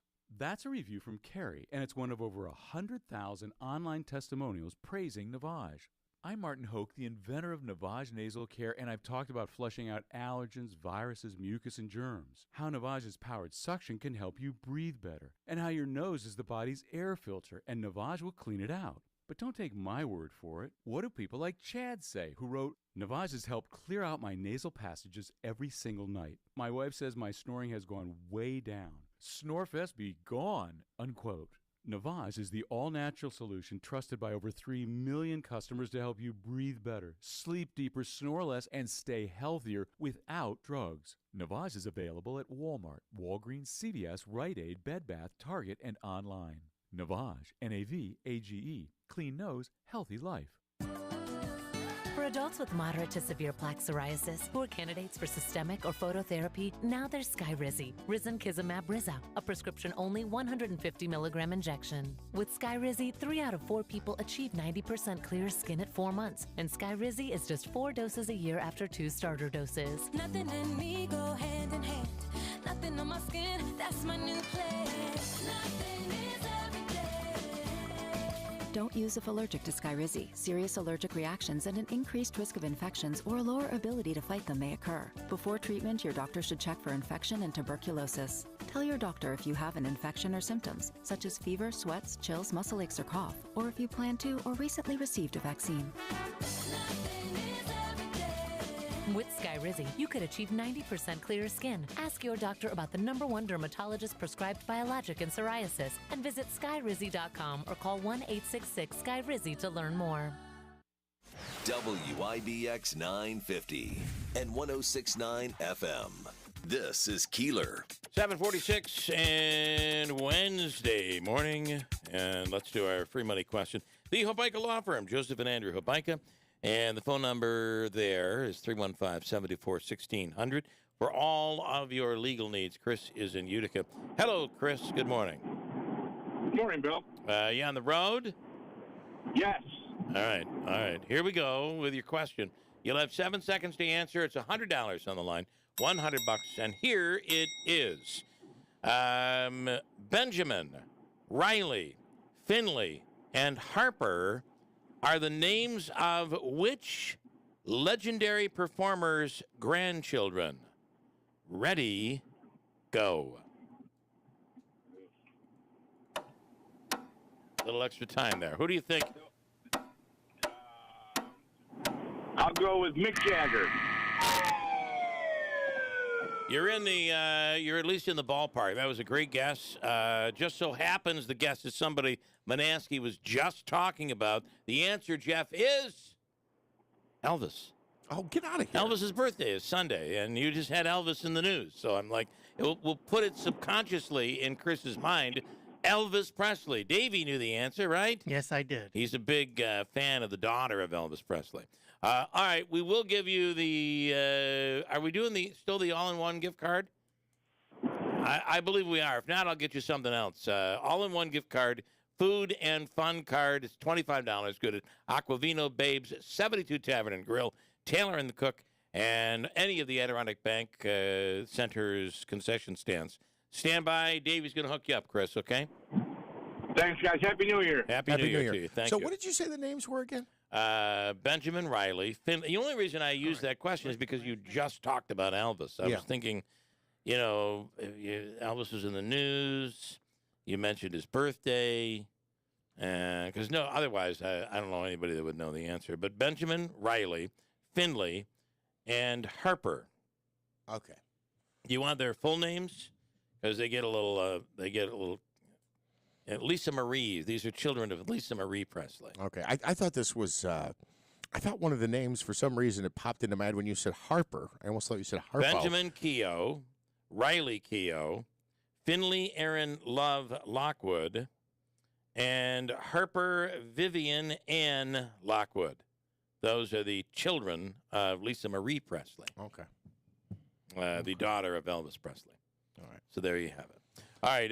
This latest story is more bad news to start off 2023 with shootings in Utica. Yeah, so this was over in the area of Seymour Ave. Mike Curley from the UPD is joining us. Sergeant Mike Curley with details. I believe there were a couple of officers on an unrelated call, heard the gunshots, responded. Ultimately, it's the first homicide of the year in the city of Utica, and two 25-year-old men were shot. One of them died, and he joins us on the phone now. Sergeant Curley, good morning. What do we know? Good morning, gentlemen. Yeah, so that's basically the crux of it. They were just a couple blocks away when they heard multiple shots fired. Immediately responded to the area and were directed to two downed individuals on the 1200 block of Seymour Ave. Both were transported to the hospital. One underwent emergency surgery, is expected maybe to have some more surgeries, is still in very critical condition, unfortunately, and one was transported to Syracuse Area Hospital where he passed away sadly from his injuries. All right. Did you believe that these two individuals were the targets of the shooting? Were they hit by random bullets? Can you shed any light on that? Yeah, so that's the assumption at this point, is that they were in fact targeted. With respect to the manner in which it went down, how they were targeted, did they see their assailants, things of that nature, that's obviously still going on. It just happened, just over 24 hours ago, and we're still working very diligently in trying to solve this case. Can I ask as well, I saw on Facebook that you were asking for people who might have surveillance video to come forward. Is there a way to submit surveillance video as well anonymously, like you do with tips through Mohawk Valley Crime Stoppers? Because I would imagine people are afraid of retaliation in that regard as well. There is, if you have the Ring system. So Ring provides a Neighbors by Ring app or desktop component where you can upload anonymous videos to that. I'm not sure if other systems that are cloud-based have the capabilities of doing that. I don't believe they do. I believe it has to be a Ring system. But other than that, that's pretty much the only anonymous video source that we have. Otherwise, we can do our best to shield your identity in some capacity initially, but there may be a point, unfortunately, where you have to come forward and testify to the accuracy of the video should it come to a trial or something of that nature. Okay. All right. Well, not the way you want to start 2023 off. No, certainly not. And, as always, please use the P3 tips by Crime Stoppers, the Crime Stoppers 800 number, or any, investigators to the major crimes number would be very helpful information in this particular avenue. On a community relations note, Sunday night, or I should say, when was New Year's Eve? Saturday to Sunday. Saturday night. Apparently your chili is something special. Yeah, I personally thought that was a very well-attended event considering the weather and everything kind of went off. And on top, just to top it off, the fire department's chili ran out within about an hour. We were still going strong several hours later, and I think people recognized how much better ours was there. So a little goading there to the fire department and a trophy for us for the year. They won best chili, the police department, in the battle. And it's not not easy. We can get over firemen any day, right? Right. It's not easy to beat. Everybody loves the firemen. So we'll do what we can. That's so funny. All right, we'll take that for exactly what it's worth, Sergeant. Thank you. We appreciate it. Have a wonderful day. Okay, guys. Thanks so much. Sergeant Mike Curley with the Utica Police Department. Take care, man. It's funny though. He does bring up a good point. Everybody nobody's loves out the there like firefighter. defund the fire department. Yeah. Except for Hannah. Ed Hannah was he just hated the fire department. He used to say that they were making up calls, just driving by City Hall. They just drive by the City Hall with their sirens blaring, and there aren't any fires. That was his. I interviewed him when he said that. There aren't any fires. That's just ridiculous. Wasn't there like an arson? Oh, it was terrible. Thing going on at the time. There was a whole thing going on where houses were being burned down, and especially in East Utica. And he just was against the fire department. They drive by and turn on those sirens just to annoy me. And then he'd usually swear. He could swear up a storm. How He did got that mad. go? Well, you just lived with it. Beeped him out when they were usually, words that could be used on the radio. Yeah, like the A word or something like that. Yeah. So, by the way, are any of those on the Keeler Best Hits cassettes? There's a that few. exist? There's a few. There's a lot of Ed Hanna content on the old CDs. I'm telling you, that are out there. You got. Look, if I have to go digging through your attic, I will. But you got to get me We'll some do of something these. with those. Yeah, I'd love to pull some highlights and add them as drops on the show here. I have some news here that we're following. Yet another. Are you ready? Brace yourself. Yet another COVID subvariant. Well, that's gonna continue to happen until forever. It is. Yeah, the new strain. You can look it up. Of the Omicron variant is spreading through the United States and Canada. There's little known about it right now, but they're calling it Kraken, Kraken, Kraken. Kraken, Kraken or Kraken? Isn't that the new hockey team's logo, or isn't that how they spell it? Yeah, Kraken, Kraken, the Seattle Kraken. I think this is pronounced Kraken. Let's see. Listen in. Release the Kraken. It's Kraken. Yeah, it's Kraken. Sorry. Release the Kraken. Yeah, it's Kraken. That is the latest subvariant, and hopefully it's less potent than anything previous. Probably spreads easier, but is less potent. Right? That's been the trend with all these subvariants. Yeah, let's hope that is the case. A couple of positive stories, if you'd like, here this morning. To start off 2023, a Florida couple is celebrating after a plumber replacing a toilet found an engagement ring that they had lost 20 years ago. Isn't that exciting? Shania Day and originally lost it down the toilet at her parents' house and thought it was gone forever. Here is Shana and her husband, Nick, talking about finding the ring decades later. I had taken my ring off. It was sitting on the counter, so when I sopped up the water, guess I didn't pay attention very well, snagged my ring in the process, and tossed it in the toilet. Plumber unhooked it from the ground and then just dumped it over in the tub to get the excess water out, so when he took it out, it didn't drip through the house. And when he did, the ring come out. That just is absolutely amazing that it's just been sitting there. To know that everyone cared enough about it and thought it was so cool that they didn't tell us it was an actual, genuine surprise. It brought tears to both our eyes. Both our eyes, tearing up. That's what he said. I love how they say, I poured the bucket in the sink there, and the ring come out. The ring come out. Yes. I mean, yes. I love when when they lost the ring, so went their finances, and he couldn't finish college, so he never really completely learned the English language. Speaking of rings, says Mike, the Ring camera system, how about the inventors went to Shark Tank, and none of the sharks ended up investing in the product? Talk about letting something go, right? Yeah, I mean, look, I guess they would have made they would have made a ton of money because it's so popular, but there's always certain things that prevent them from investing, and I wonder what the reason that they didn't do it. I don't know. I was binging some over the holiday break, binging some CNBC, and that's the home of Shark Tank. They play episodes over and over and over again there. And a West Virginia woman had her wallet returned 54 years after losing it at her school. Construction workers returned it to her through Facebook when they found the wallet while renovating the school into apartments.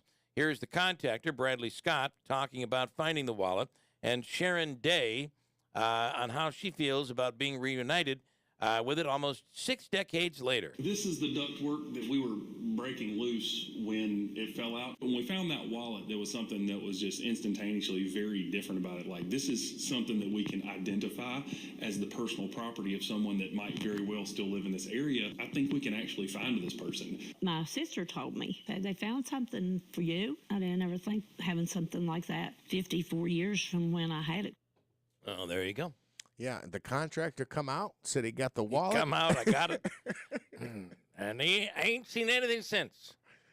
And never assume when you pay for a streaming service that the programming will remain there. Warner Brothers has pulled 256 Looney Tunes shorts from HBO Max on the last day of 2022 with no announcement. Variety explains that those shows were licensed to HBO Max by Warner Brothers. They're the company that owns HBO Max. That's the thing I don't understand. They own HBO Max, but they had to pull them? I don't get it.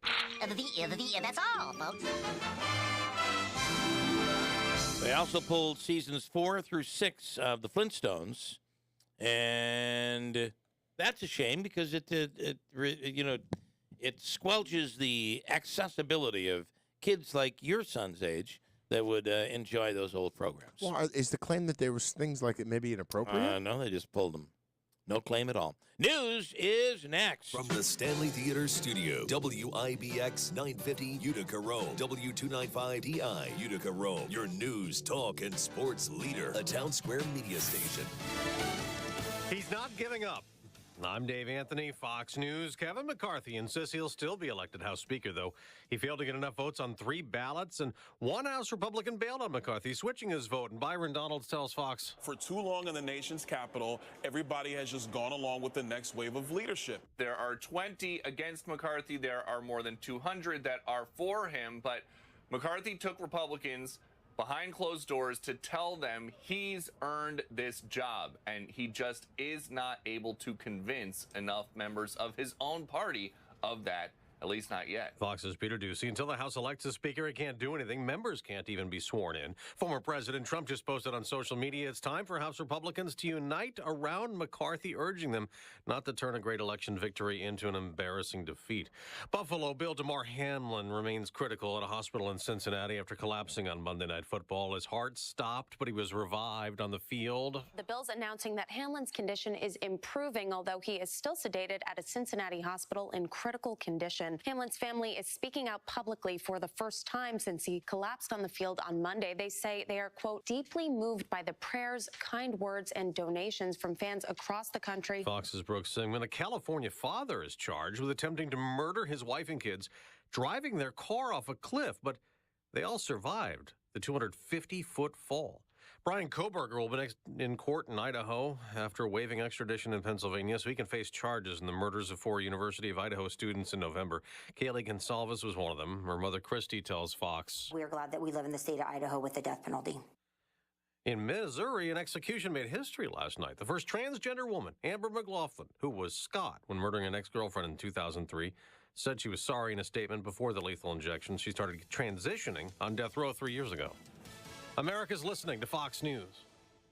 President Trump has announced, and Ron DeSantis is rising fast. Who do you support for 2024? Newsmax wants to know what you think. Vote in the Newsmax poll. Just text the word RESPOND to 39747. That's RESPOND to 39747. It takes just seconds. Text RESPOND to 39747. Let your voice be heard and watch Newsmax today. Texting enrolls for automated text messages. Message and data rates may apply. To you, my love, my heart I surrender just as soon as I deal with yonder fender bender. 'Cause my ice cream truck is the way I make cash, so I'll buy you a ring when I lose this dress rash. Owning a small business isn't always as lovely as it sounds, but at least Progressive Commercial saves you money with personalized discounts. Get a quote in as little as 6 minutes at progressivecommercial.com. I'm gonna make you so happy sometime next year, I hope. Progressive Casualty Insurance Company and affiliates. Coverage and discounts not available for all vehicles or states. Policy terms and conditions apply.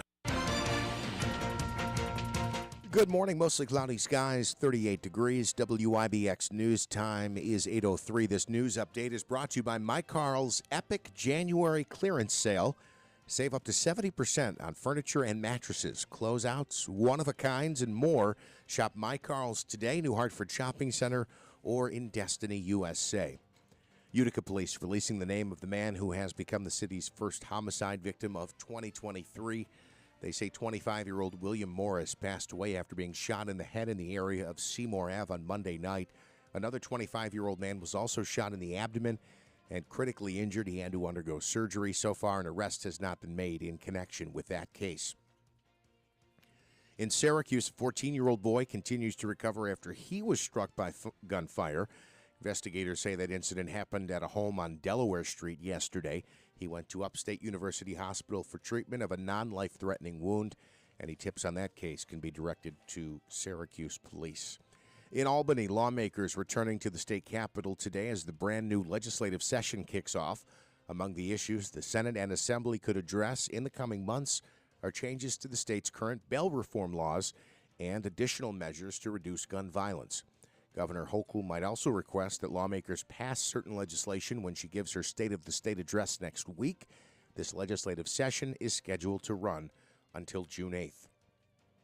In the Capital Region, a Niskayuna man is going to be sentenced to 2 years in prison after conspiring to give some of General Electric's trade secrets to China. A judge sentencing 59-year-old Shesheng Zheng after he was convicted by a jury last year. Prosecutors say between 2008 and 2018, Zhang, who worked as a GE power engineer, stole the company's secrets involving steam and gas turbine technologies to benefit China. In addition to his time behind bars, Zhang also must pay a fine. Your WIBX Weather Center forecast calling for continued cloudy skies and rain showers for much of the week, and we will remain above average as far as the temperature is concerned. Cloudy skies, showers mainly this afternoon, a high reaching 47 degrees, looking at about a quarter to a half inch of new rain today. Showers and possibly a thunderstorm before midnight, then showers likely, a low of 40 degrees tonight. Chance of showers in the afternoon on Thursday, otherwise mostly cloudy with a high of 46. Friday, we start with a chance of a rain-snow mix before 10 a.m., then rain showers in the afternoon, cloudy skies, and a high of 40. Looking ahead to the weekend, cloudy but dry on Saturday with a high of 37. Sunny on Sunday and a high of 36. Right now, 38 degrees, mostly cloudy skies. WIBX News Time is 8:06. From the IBEW Local 43 Sports Desk, here we go. Last night, Syracuse with a good win. I realize Louisville struggles this year, but Syracuse struggled in this game because Louisville was red hot from outside the three-point line. 70-69 was the final, as Joe Girard led all scorers with 28 points and a season-high 7 rebounds in the win Tuesday night in Louisville. Girard surpassed Mike Lee and Greg Coles and moved into the 33rd spot on the Syracuse career scoring ledger. He also officially claimed the 5th spot on the Orange career three-point list. Jesse Edwards logged his 7th consecutive double-double of the season with 12 points and 11 boards. Judah Mintz, 16-point night, marked his 6th consecutive contest of 16 or more points. Utica Comets' point streak reaches 8 games, losing 5-4 in overtime to the Marlies last night. The Comets remain in 3rd place in the Northern Division. Buffalo Bills safety DeMar Hamlin remaining hospitalized in critical condition. The 24-year-old collapsed on the field, of course, Monday night. A spokesperson for the family says he is breathing at about 50% now and is on a ventilator. So there's improvement, which is good news. NHL action. The Islanders defeat the Canucks 6-2 in Vancouver. Buffalo Sabres beat the Washington Capitals 5-4 in overtime. The Devils visit the Red Wings tonight. The Knicks host the Spurs. Anything else you want me to add? That's what I have. I'll just mention, okay, we got some more comments coming in. I'll just mention the point that Chris and Lake George made about that Buffalo Sabres game. So the Sabres This was interesting. The Sabres get the victory. Chris says an interesting side note from yesterday's Sabres game. The Sabres, who are also owned by the Pagulas, as the Buffalo Bills are, played on the third day of the year. They won the game with exactly 3 minutes gone into a 3-on-3 overtime on Tage Thompson's third goal of the night, his 30th of the season. Damar Hamlin, of course, the injured Buffalo Bill, wears number 3. What a coincidence. What a coincidence. You know, we're talking about how there was so much on Monday night and even yesterday about how we've never seen anything like this. An injury and you know, why was the game postponed? And by no means am I saying it shouldn't have been. I don't know how they could have continued that game based on the way it all unfolded. But there have been plenty of injuries out there, and the game has gone on. Plenty of and even in some cases, people have died, and the game has gone on. I'm not sure if that's different, if society is different today, if it's a generational thing, or if it's just the way this thing unfolded live on TV and the way the players reacted to it. Yeah, I think it's a combination of a couple of things. I think we are more sensitive to this as a society today. But again, the key for me was seeing the players' faces after that happened, after they had to pull him back down from the ambulance and then administer, I guess, what you would describe as an aggressive form of CPR. Yep. So the players felt like, oh, my God, like he's dying right now. And from that shock in that situation, I mean, certainly, look, I sit here and I read news stories in the morning. If I watched a friend or a loved one of mine almost die, I would go, look, I need to get out of here for the rest of the day to clear my head because I just can't work the way I was under with what I just witnessed. You made the point, and I agree. If he's put on the ambulance, unconscious still, and then they get him out. They get him out. Maybe not even an ambulance. Maybe they come out with one of those 4x4s and they truck him off. And then all of a sudden they went off the field, out of sight of everybody, starts this emergency CPR. They probably would have just kept on playing. They wouldn't have told everybody. You wouldn't have seen it. The game would have continued. So it's an optics thing more than it is a human thing. Well, but the human thing matters. Those players could not play. There's no doubt about it. There's no doubt about it. But it's it just became. You're right. I mean, there's no way Josh Allen could have played, let alone the rest of the team. So there's a lot to this. There's no doubt. But we went and did a lot of searching in regards to. There was the death back in 1971, which today still remains the only NFL death. Player for Detroit had a heart attack, died on the field, and they took him off and they finished the game. Different time. And also different audience. The different television, different social media. We didn't have any of that back then. One of the very interesting cases happened in November of 2005. Jerry Fisher, and this is in the NHL, of course, and he had a heart attack and was being revived right on the bench, CPR being given right on the bench to present a situation where this guy could survive, and I believe he did. Mark Mowers, Whitesboro grad, NHL player, now a scout in the NHL. Mark Mowers was on the bench when all of that was going down, witnessed it all, and Mark is on the line right now. Good morning, Mark Mowers. Good morning, guys. So let's go back to 2005. You were there for that. Yeah, as I'm listening to you guys speak over the last 5 minutes, it just brings back awful memories. And I'm not saying it's I was just kind of almost speechless to even say good morning to you guys, because it does bring back just awful memories. And watching what happened the other night, just a very similar thing. So yeah, it was. You hit it on the head. That really though, it's your feelings take over, and you're just not there.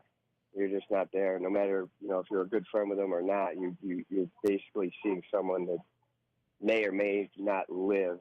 Yeah. And it's just tough to even talk, or let alone play an athletic what happened? What happened in 2005? Did the game resume?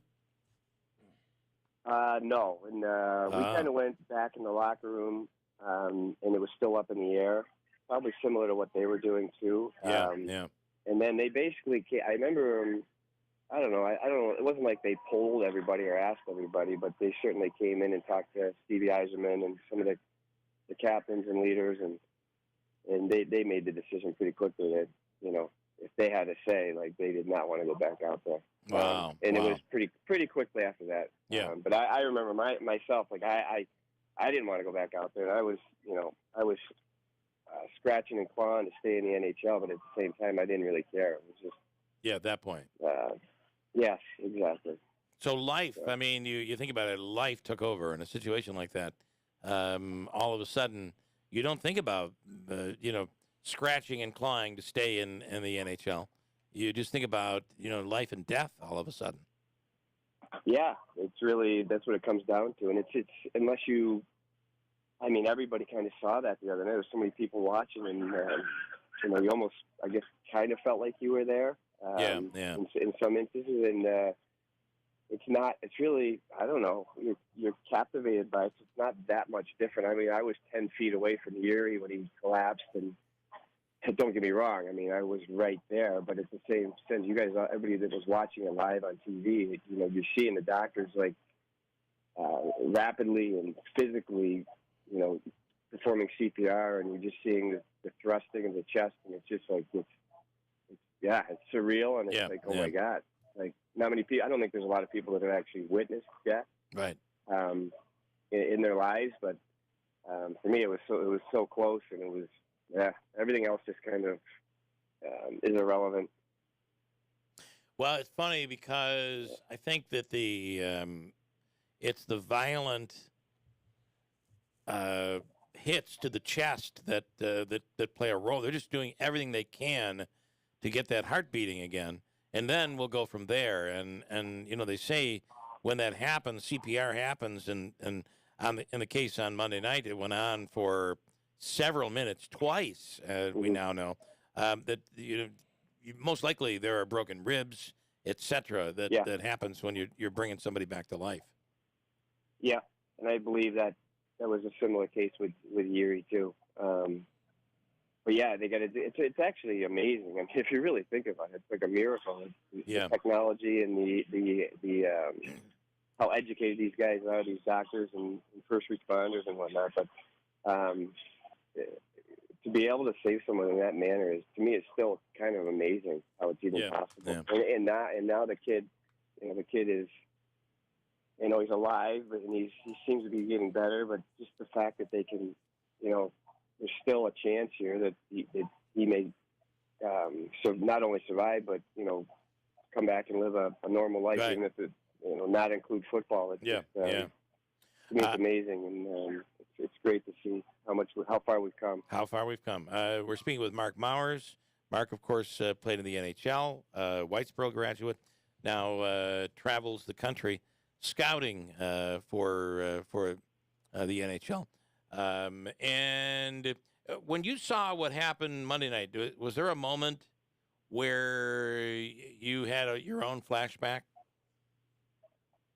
Yeah, kind of. And I think the most vivid memory I have is just watching the doctors doing the compressions, and it kind of just brought that back. And you just I remember being on the bench and just kind of frozen watching that. And so it's just, similar to, like I said, when listening to you guys talk before I got on, it was, and it's not something I think about often. I can tell you that much. It's not something I want to think about, but it is part of sports, and it happens every now and then. And that's my most vivid memory. And it was, I do know things changed after that too, where,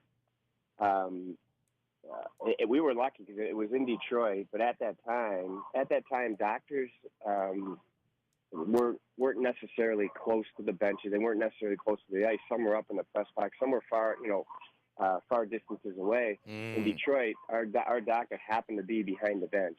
And he was over the glass in about 10 seconds.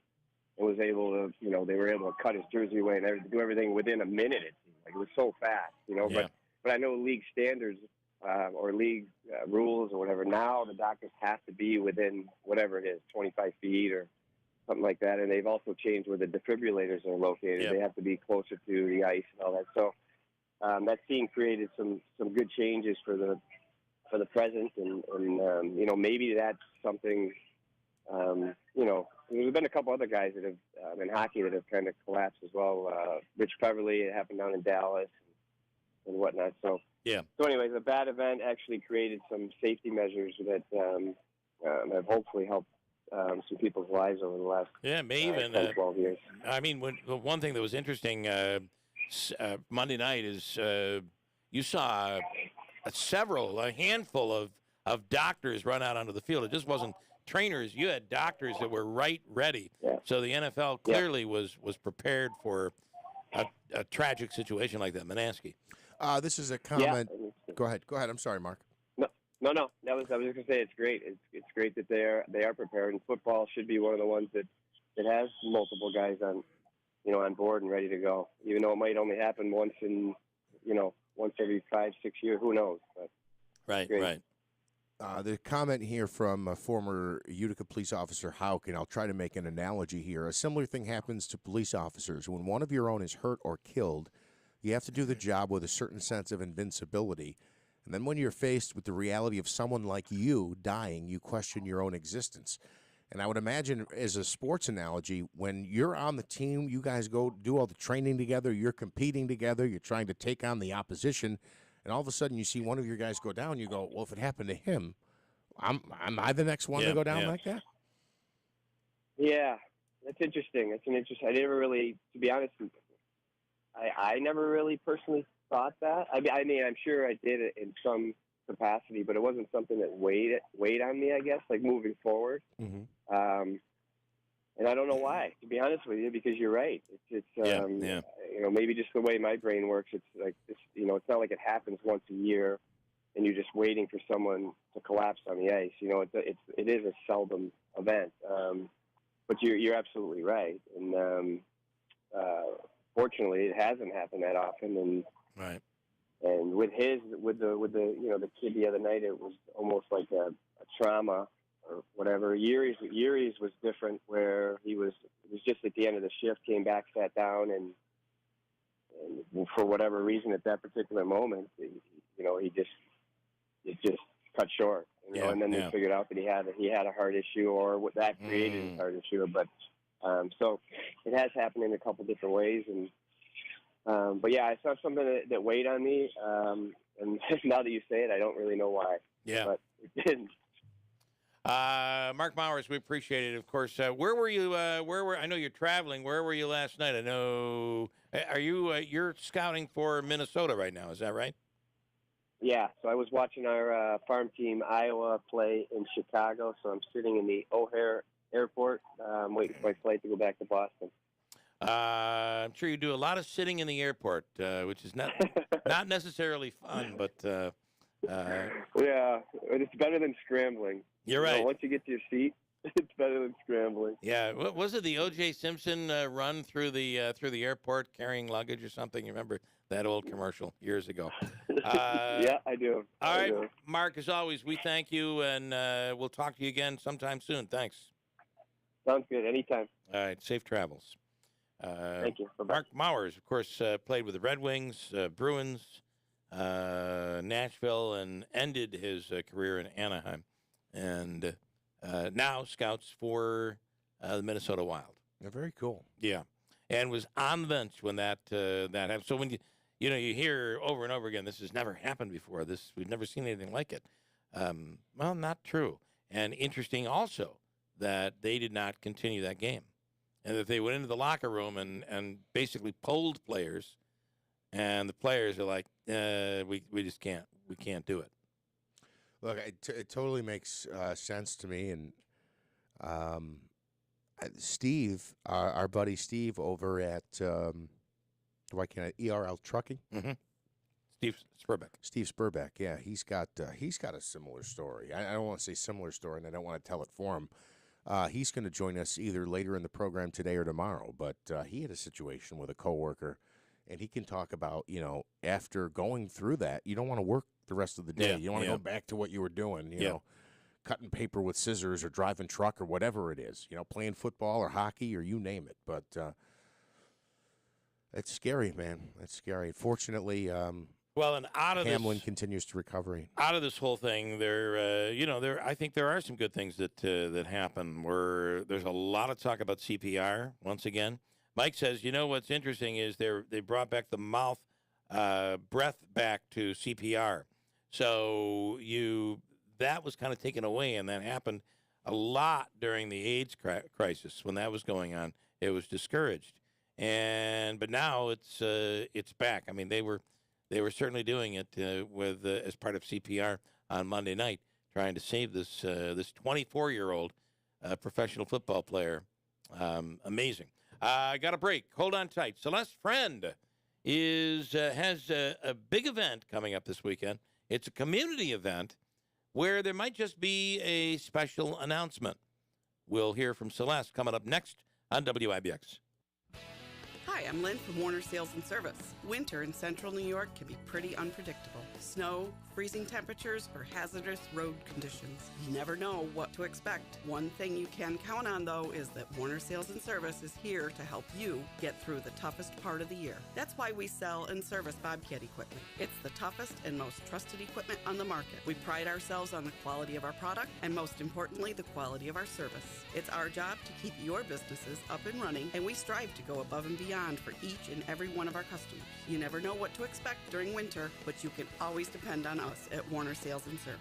Stop by and see us just off Route 365 in Rome. We are Warner Sales and Service, where quality still counts. Building relationships, building trust. Warner Sales and Service. Warner's, where quality still counts. At Warner's. Stop your grinding with Brooks Night Guard. Are you waking up in the morning with a sore jaw, headaches, ringing in your ears, all because you're grinding and clenching your teeth at night? That's exactly what was going on with me. I ended up going to a dentist, and he wants to charge over $600 for a night guard. That's when I found the Brooks Night Guard. You mold it at home to the top or bottom teeth. Other mouth guards go all the way to the back, which allows the back teeth to touch. This is where most of the grinding and clenching occurs. The Brooks Night Guard redirects the bite force away from the back teeth, reducing jaw pain while still protecting the teeth. This unique design is what makes Brooks Night Guard different from all other traditional grind guards.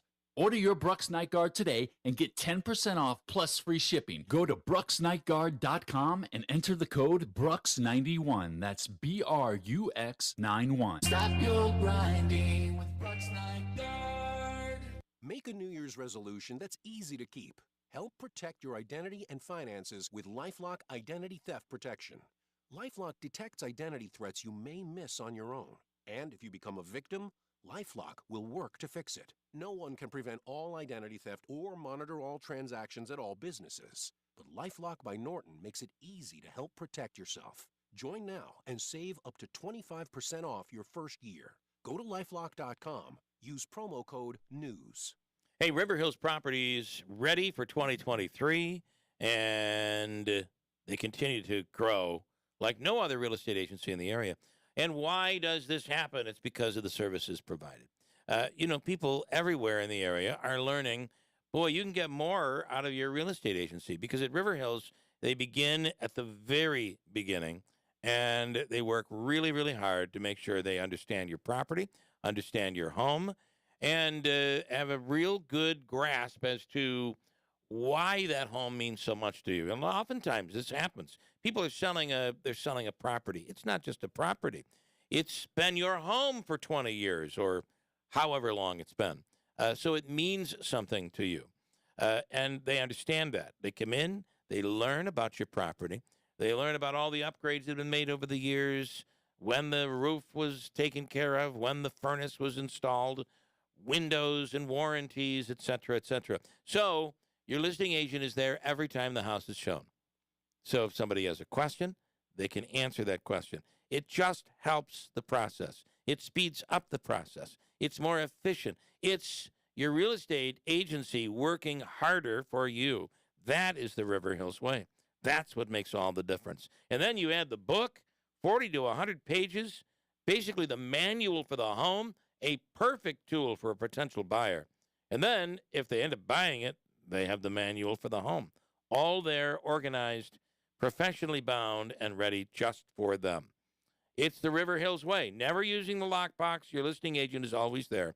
Every time the house is shown, it does make a difference. Online, it's River Hills Properties, LLC.com.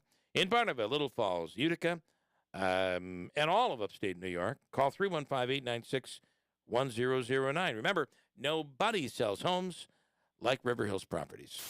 WIBX 950 and 106.9 FM. This is Keeler. A big thank you to Don Leibel, who provided us with a whole bunch of information on things that had occurred in sports and bad stories and injuries, et cetera, and how many of them had a connection to the Utica Rome area, including somebody we might have later in the week, Clint Malarachuk, who is the reason that goalies wear that tab underneath their chin, which protects their neck. His throat was slit by a skate. I mean, crazy, scary, right?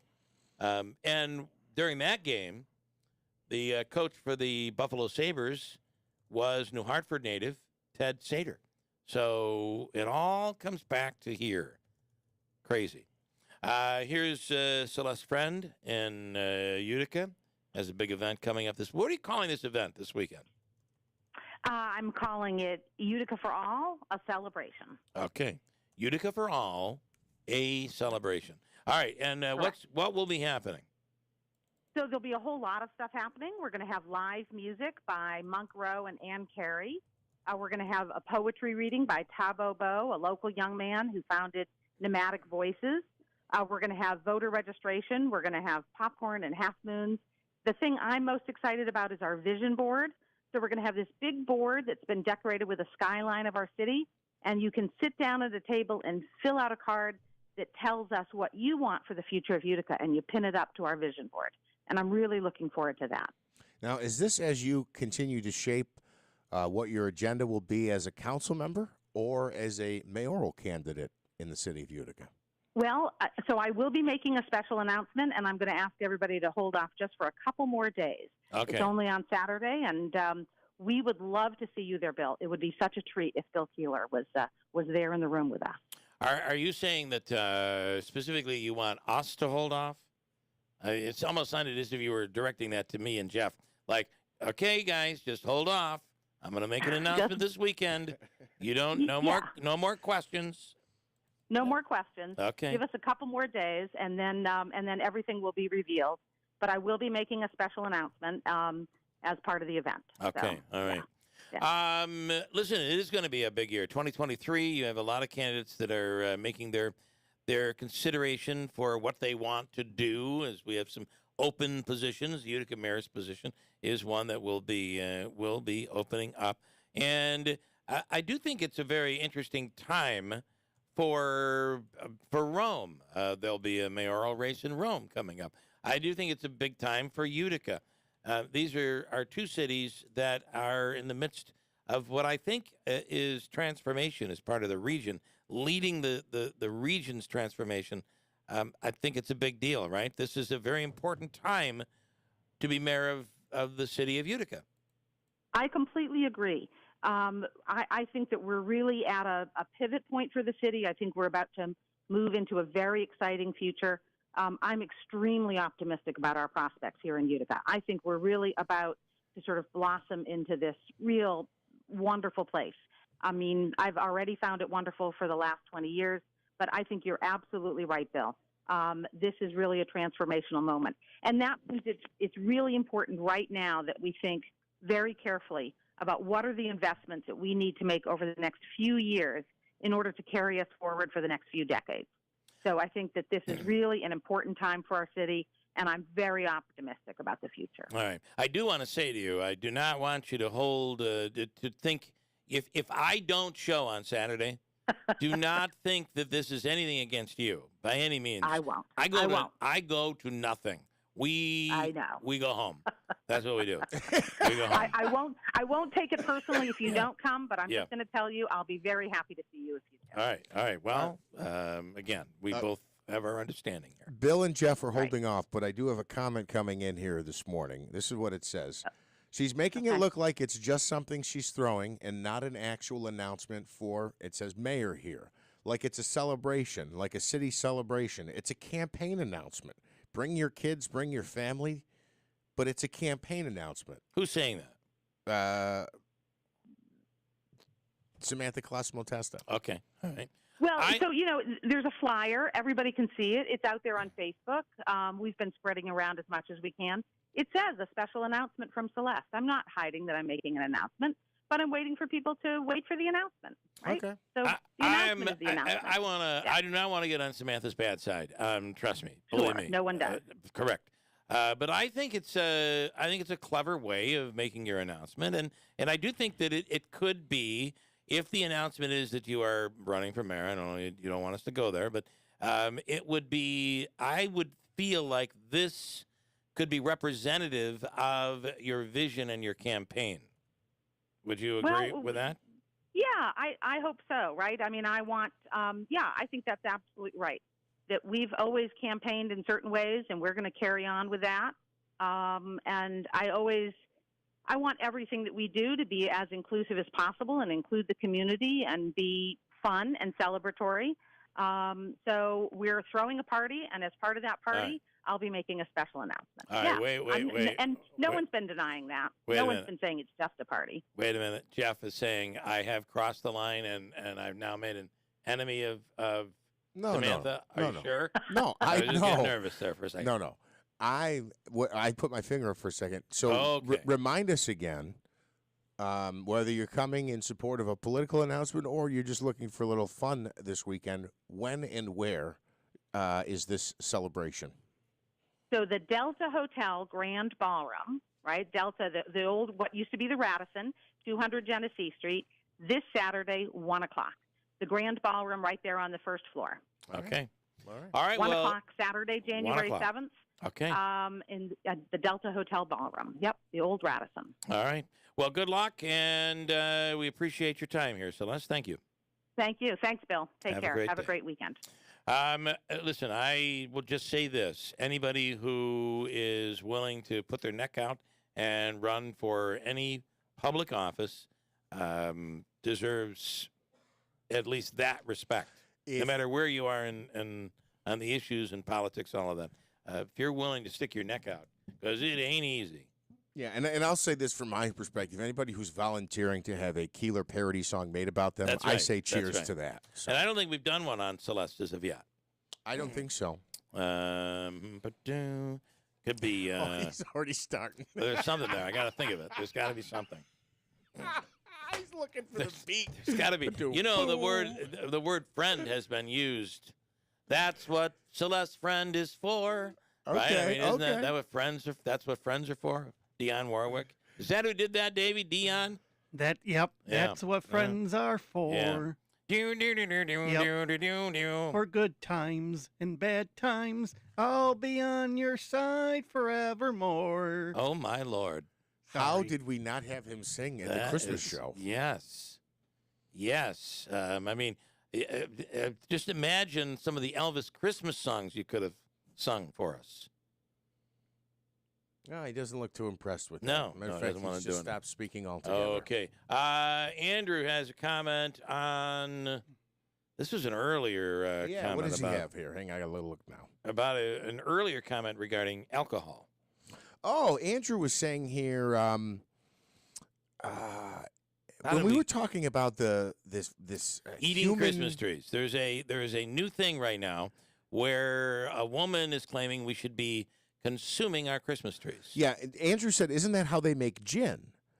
He says, and I said, "With trees?" And he said, "Actually, no, I'm just kidding. It smells like Christmas trees, though." Well, actually, depending on the gin, So what is gin? Gin is vodka. It's just vodka that is infused. That's gin.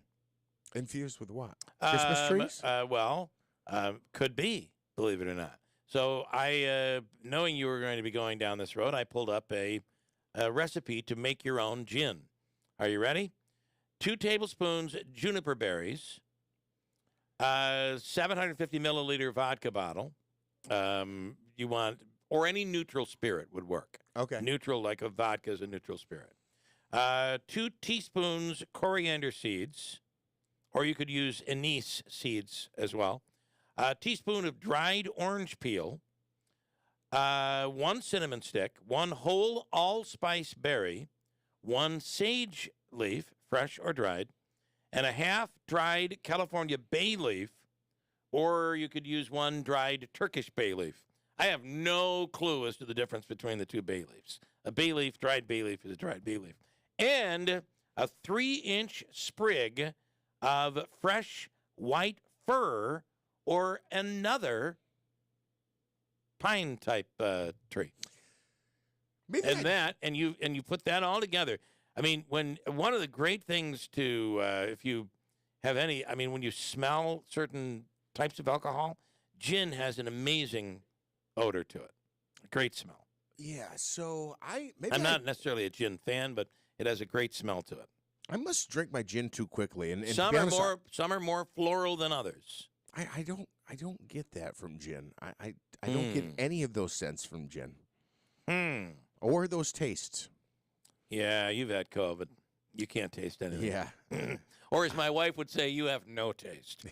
And then I say, yeah, look who I picked. Gin is trouble for me, and I think a lot of other people. Gin, you become somebody else. Maybe you become like the tree out in the backyard. Gin, really? Oh, yeah. Interesting. Okay. Yeah. For a lot of people, that's tequila, or some of those. There's some other spirits out there that can really mess with you. But I think it's probably different from person to person. Coming up, we'll speak with Ryan Nobles from NBC. And, boy, we have a lot to talk about. Ryan, of course, is a big Mets fan. Not so much there. I do think we've got a deal that's got to get done by the Mets, right? But Bills, he's also a Bills fan, so we'll talk about that. And you have Kevin McCarthy and the race for the Speaker of the House. What is going on here? I'm surprised McCarthy hasn't backed away. And if there isn't any movement, do you think we'll see McCarthy step aside and make room for maybe like a Steve Scalise or somebody? Look, I kind of wonder. This whole thing about I deserve this, I don't know if that's the right. I'm people the best support fundraiser. You or they don't. I've raised more money than anybody else. I'm going to he runs down the list. I'm not. I think that's what that group of up to 20 Republicans is basically saying. You're a part of the swamp. We don't want you there. You will just keep doing be the status quo. You won't make a difference. We want to make a difference as Republicans, says Marjorie Taylor Greene. I'm not sure what that difference is, but she wants to make a difference. So we'll speak with Ryan about those 2 issues coming up in a second. Stand by. 8:41, he's next on WIBX. Get your home ready for the holidays with Adirondack Home Furniture. With free local delivery, sale prices on in-stock items and special orders, and a knowledgeable staff, your home will be ready for the holidays in no time. Adirondack Home Furniture has a large line of quality, USA-made furniture from top manufacturers. Create your dream home for the holidays and beyond with Adirondack Home Furniture. Entertaining this year? Well, entertain in style with a beautiful top-quality sofa from Smith Brothers Furniture. Looking for a new recliner for that someone on your list? They have a large variety of power flex steel recliners and lift chairs in stock. Stop in today to Adirondack Home Furniture and get your home ready for the holidays. Living rooms, dining rooms, bedrooms, and home office, you'll find everything on your holiday list at Adirondack Home Furniture, Riverside Center in North Utica, or browse our inventory online at AdirondackHomeFurniture.com. Adirondack Home Furniture, helping you get your home ready for the holidays.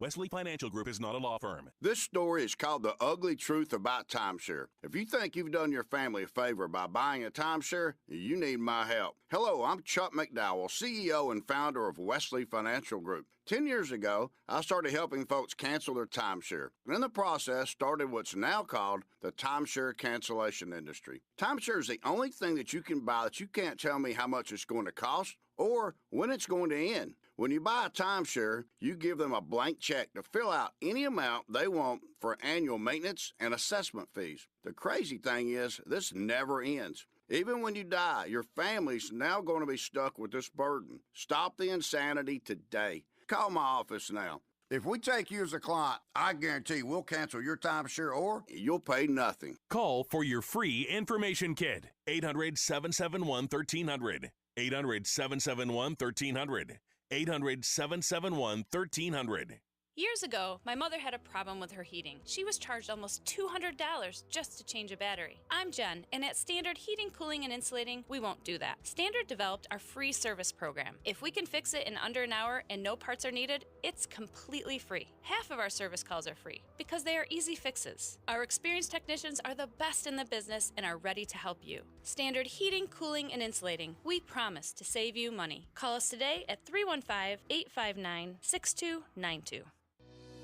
Have you ever wanted to learn how to make jewelry? How to design animations or create pottery?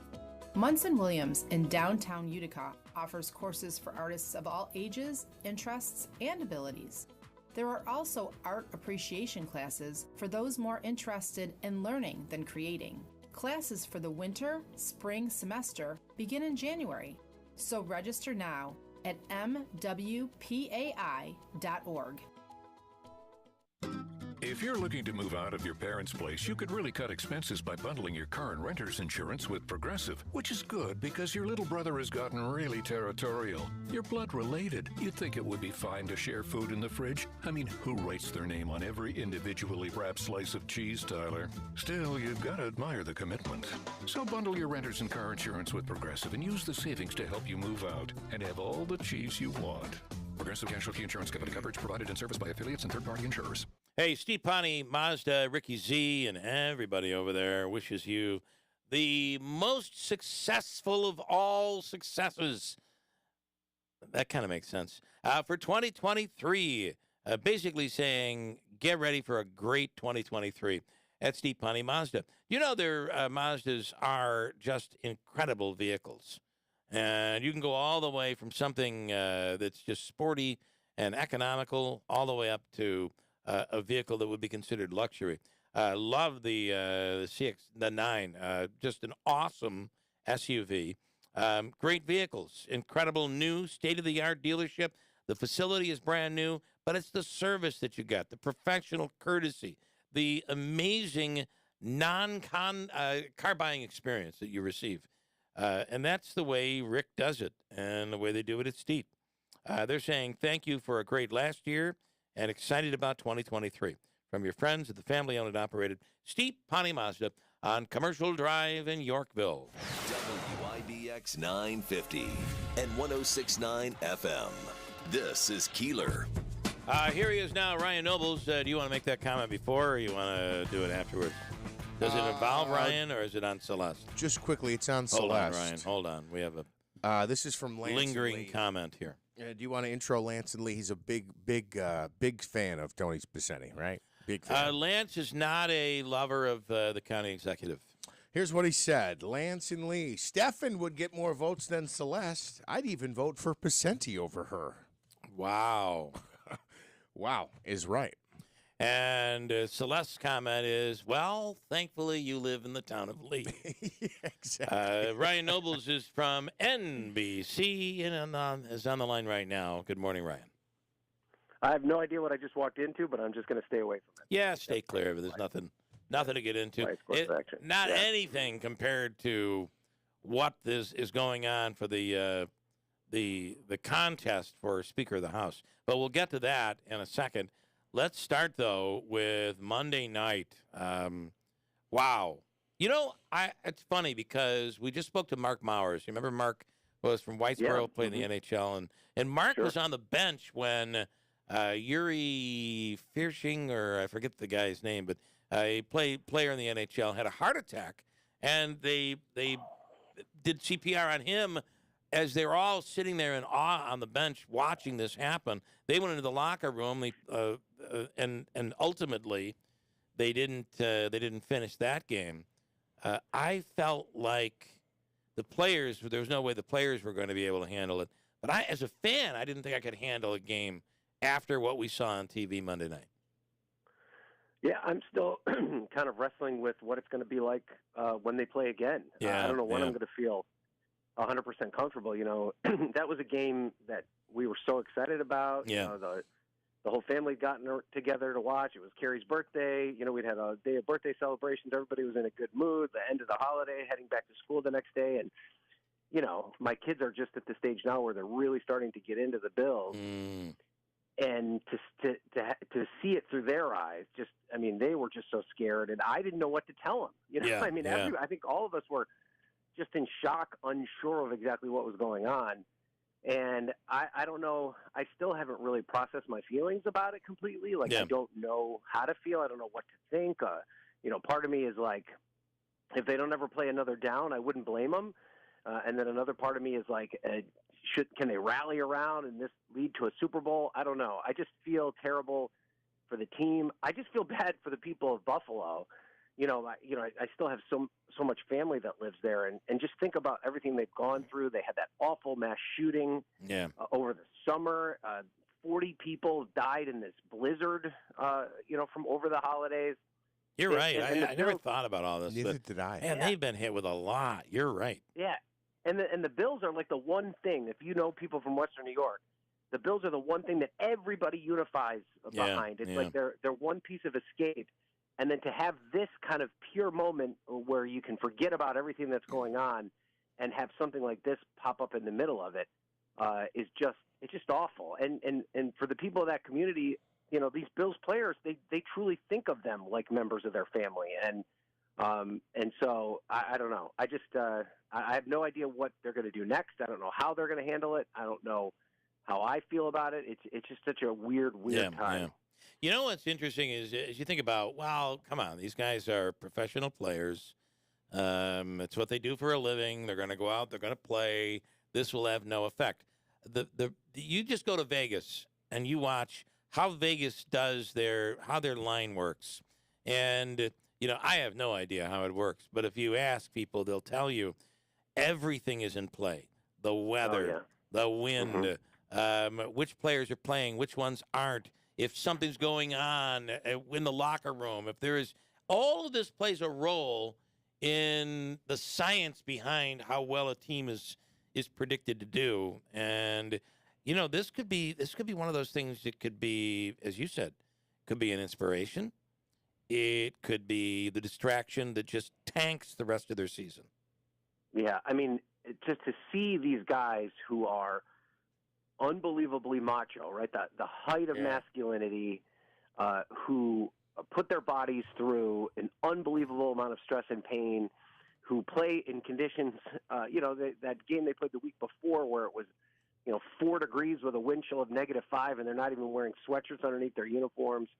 To see them in tears, it reminded you that they're, first of all, human beings. And also that they're young men. You know, these aren't like hardened people that have been through, a lot of life. And this is one of their brothers. This is one of the people that they go through all this together on a day-to-day basis. I mean, if you've ever been a part of an organization, where you've been through that kind of thing, to have somebody like that basically die in front of you and then come back to life, I just don't know. I don't know how you process that. I don't know how you deal with it. And the thing is, it all happened while you're in that uniform and you're on that field, and you're going to be reminded about it every single time you go back. And so it's got to be just, I can't even imagine what they're going through. So you look at like a Stephon Diggs, and I see him as one of the veterans. Yeah. Of the Bills and how he reacted. Yeah. And by the way, you know what year he was born? Like 88? 93. Okay. I was a junior in high school. Yeah. Yeah.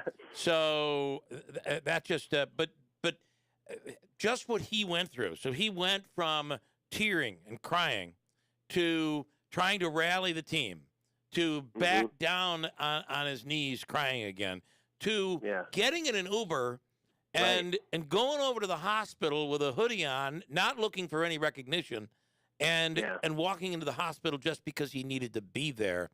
Yeah. You wonder how that affects, how long does it take to get over that? And I guess what we're hoping is that there's great news that comes out of this, but it's pretty scary right now.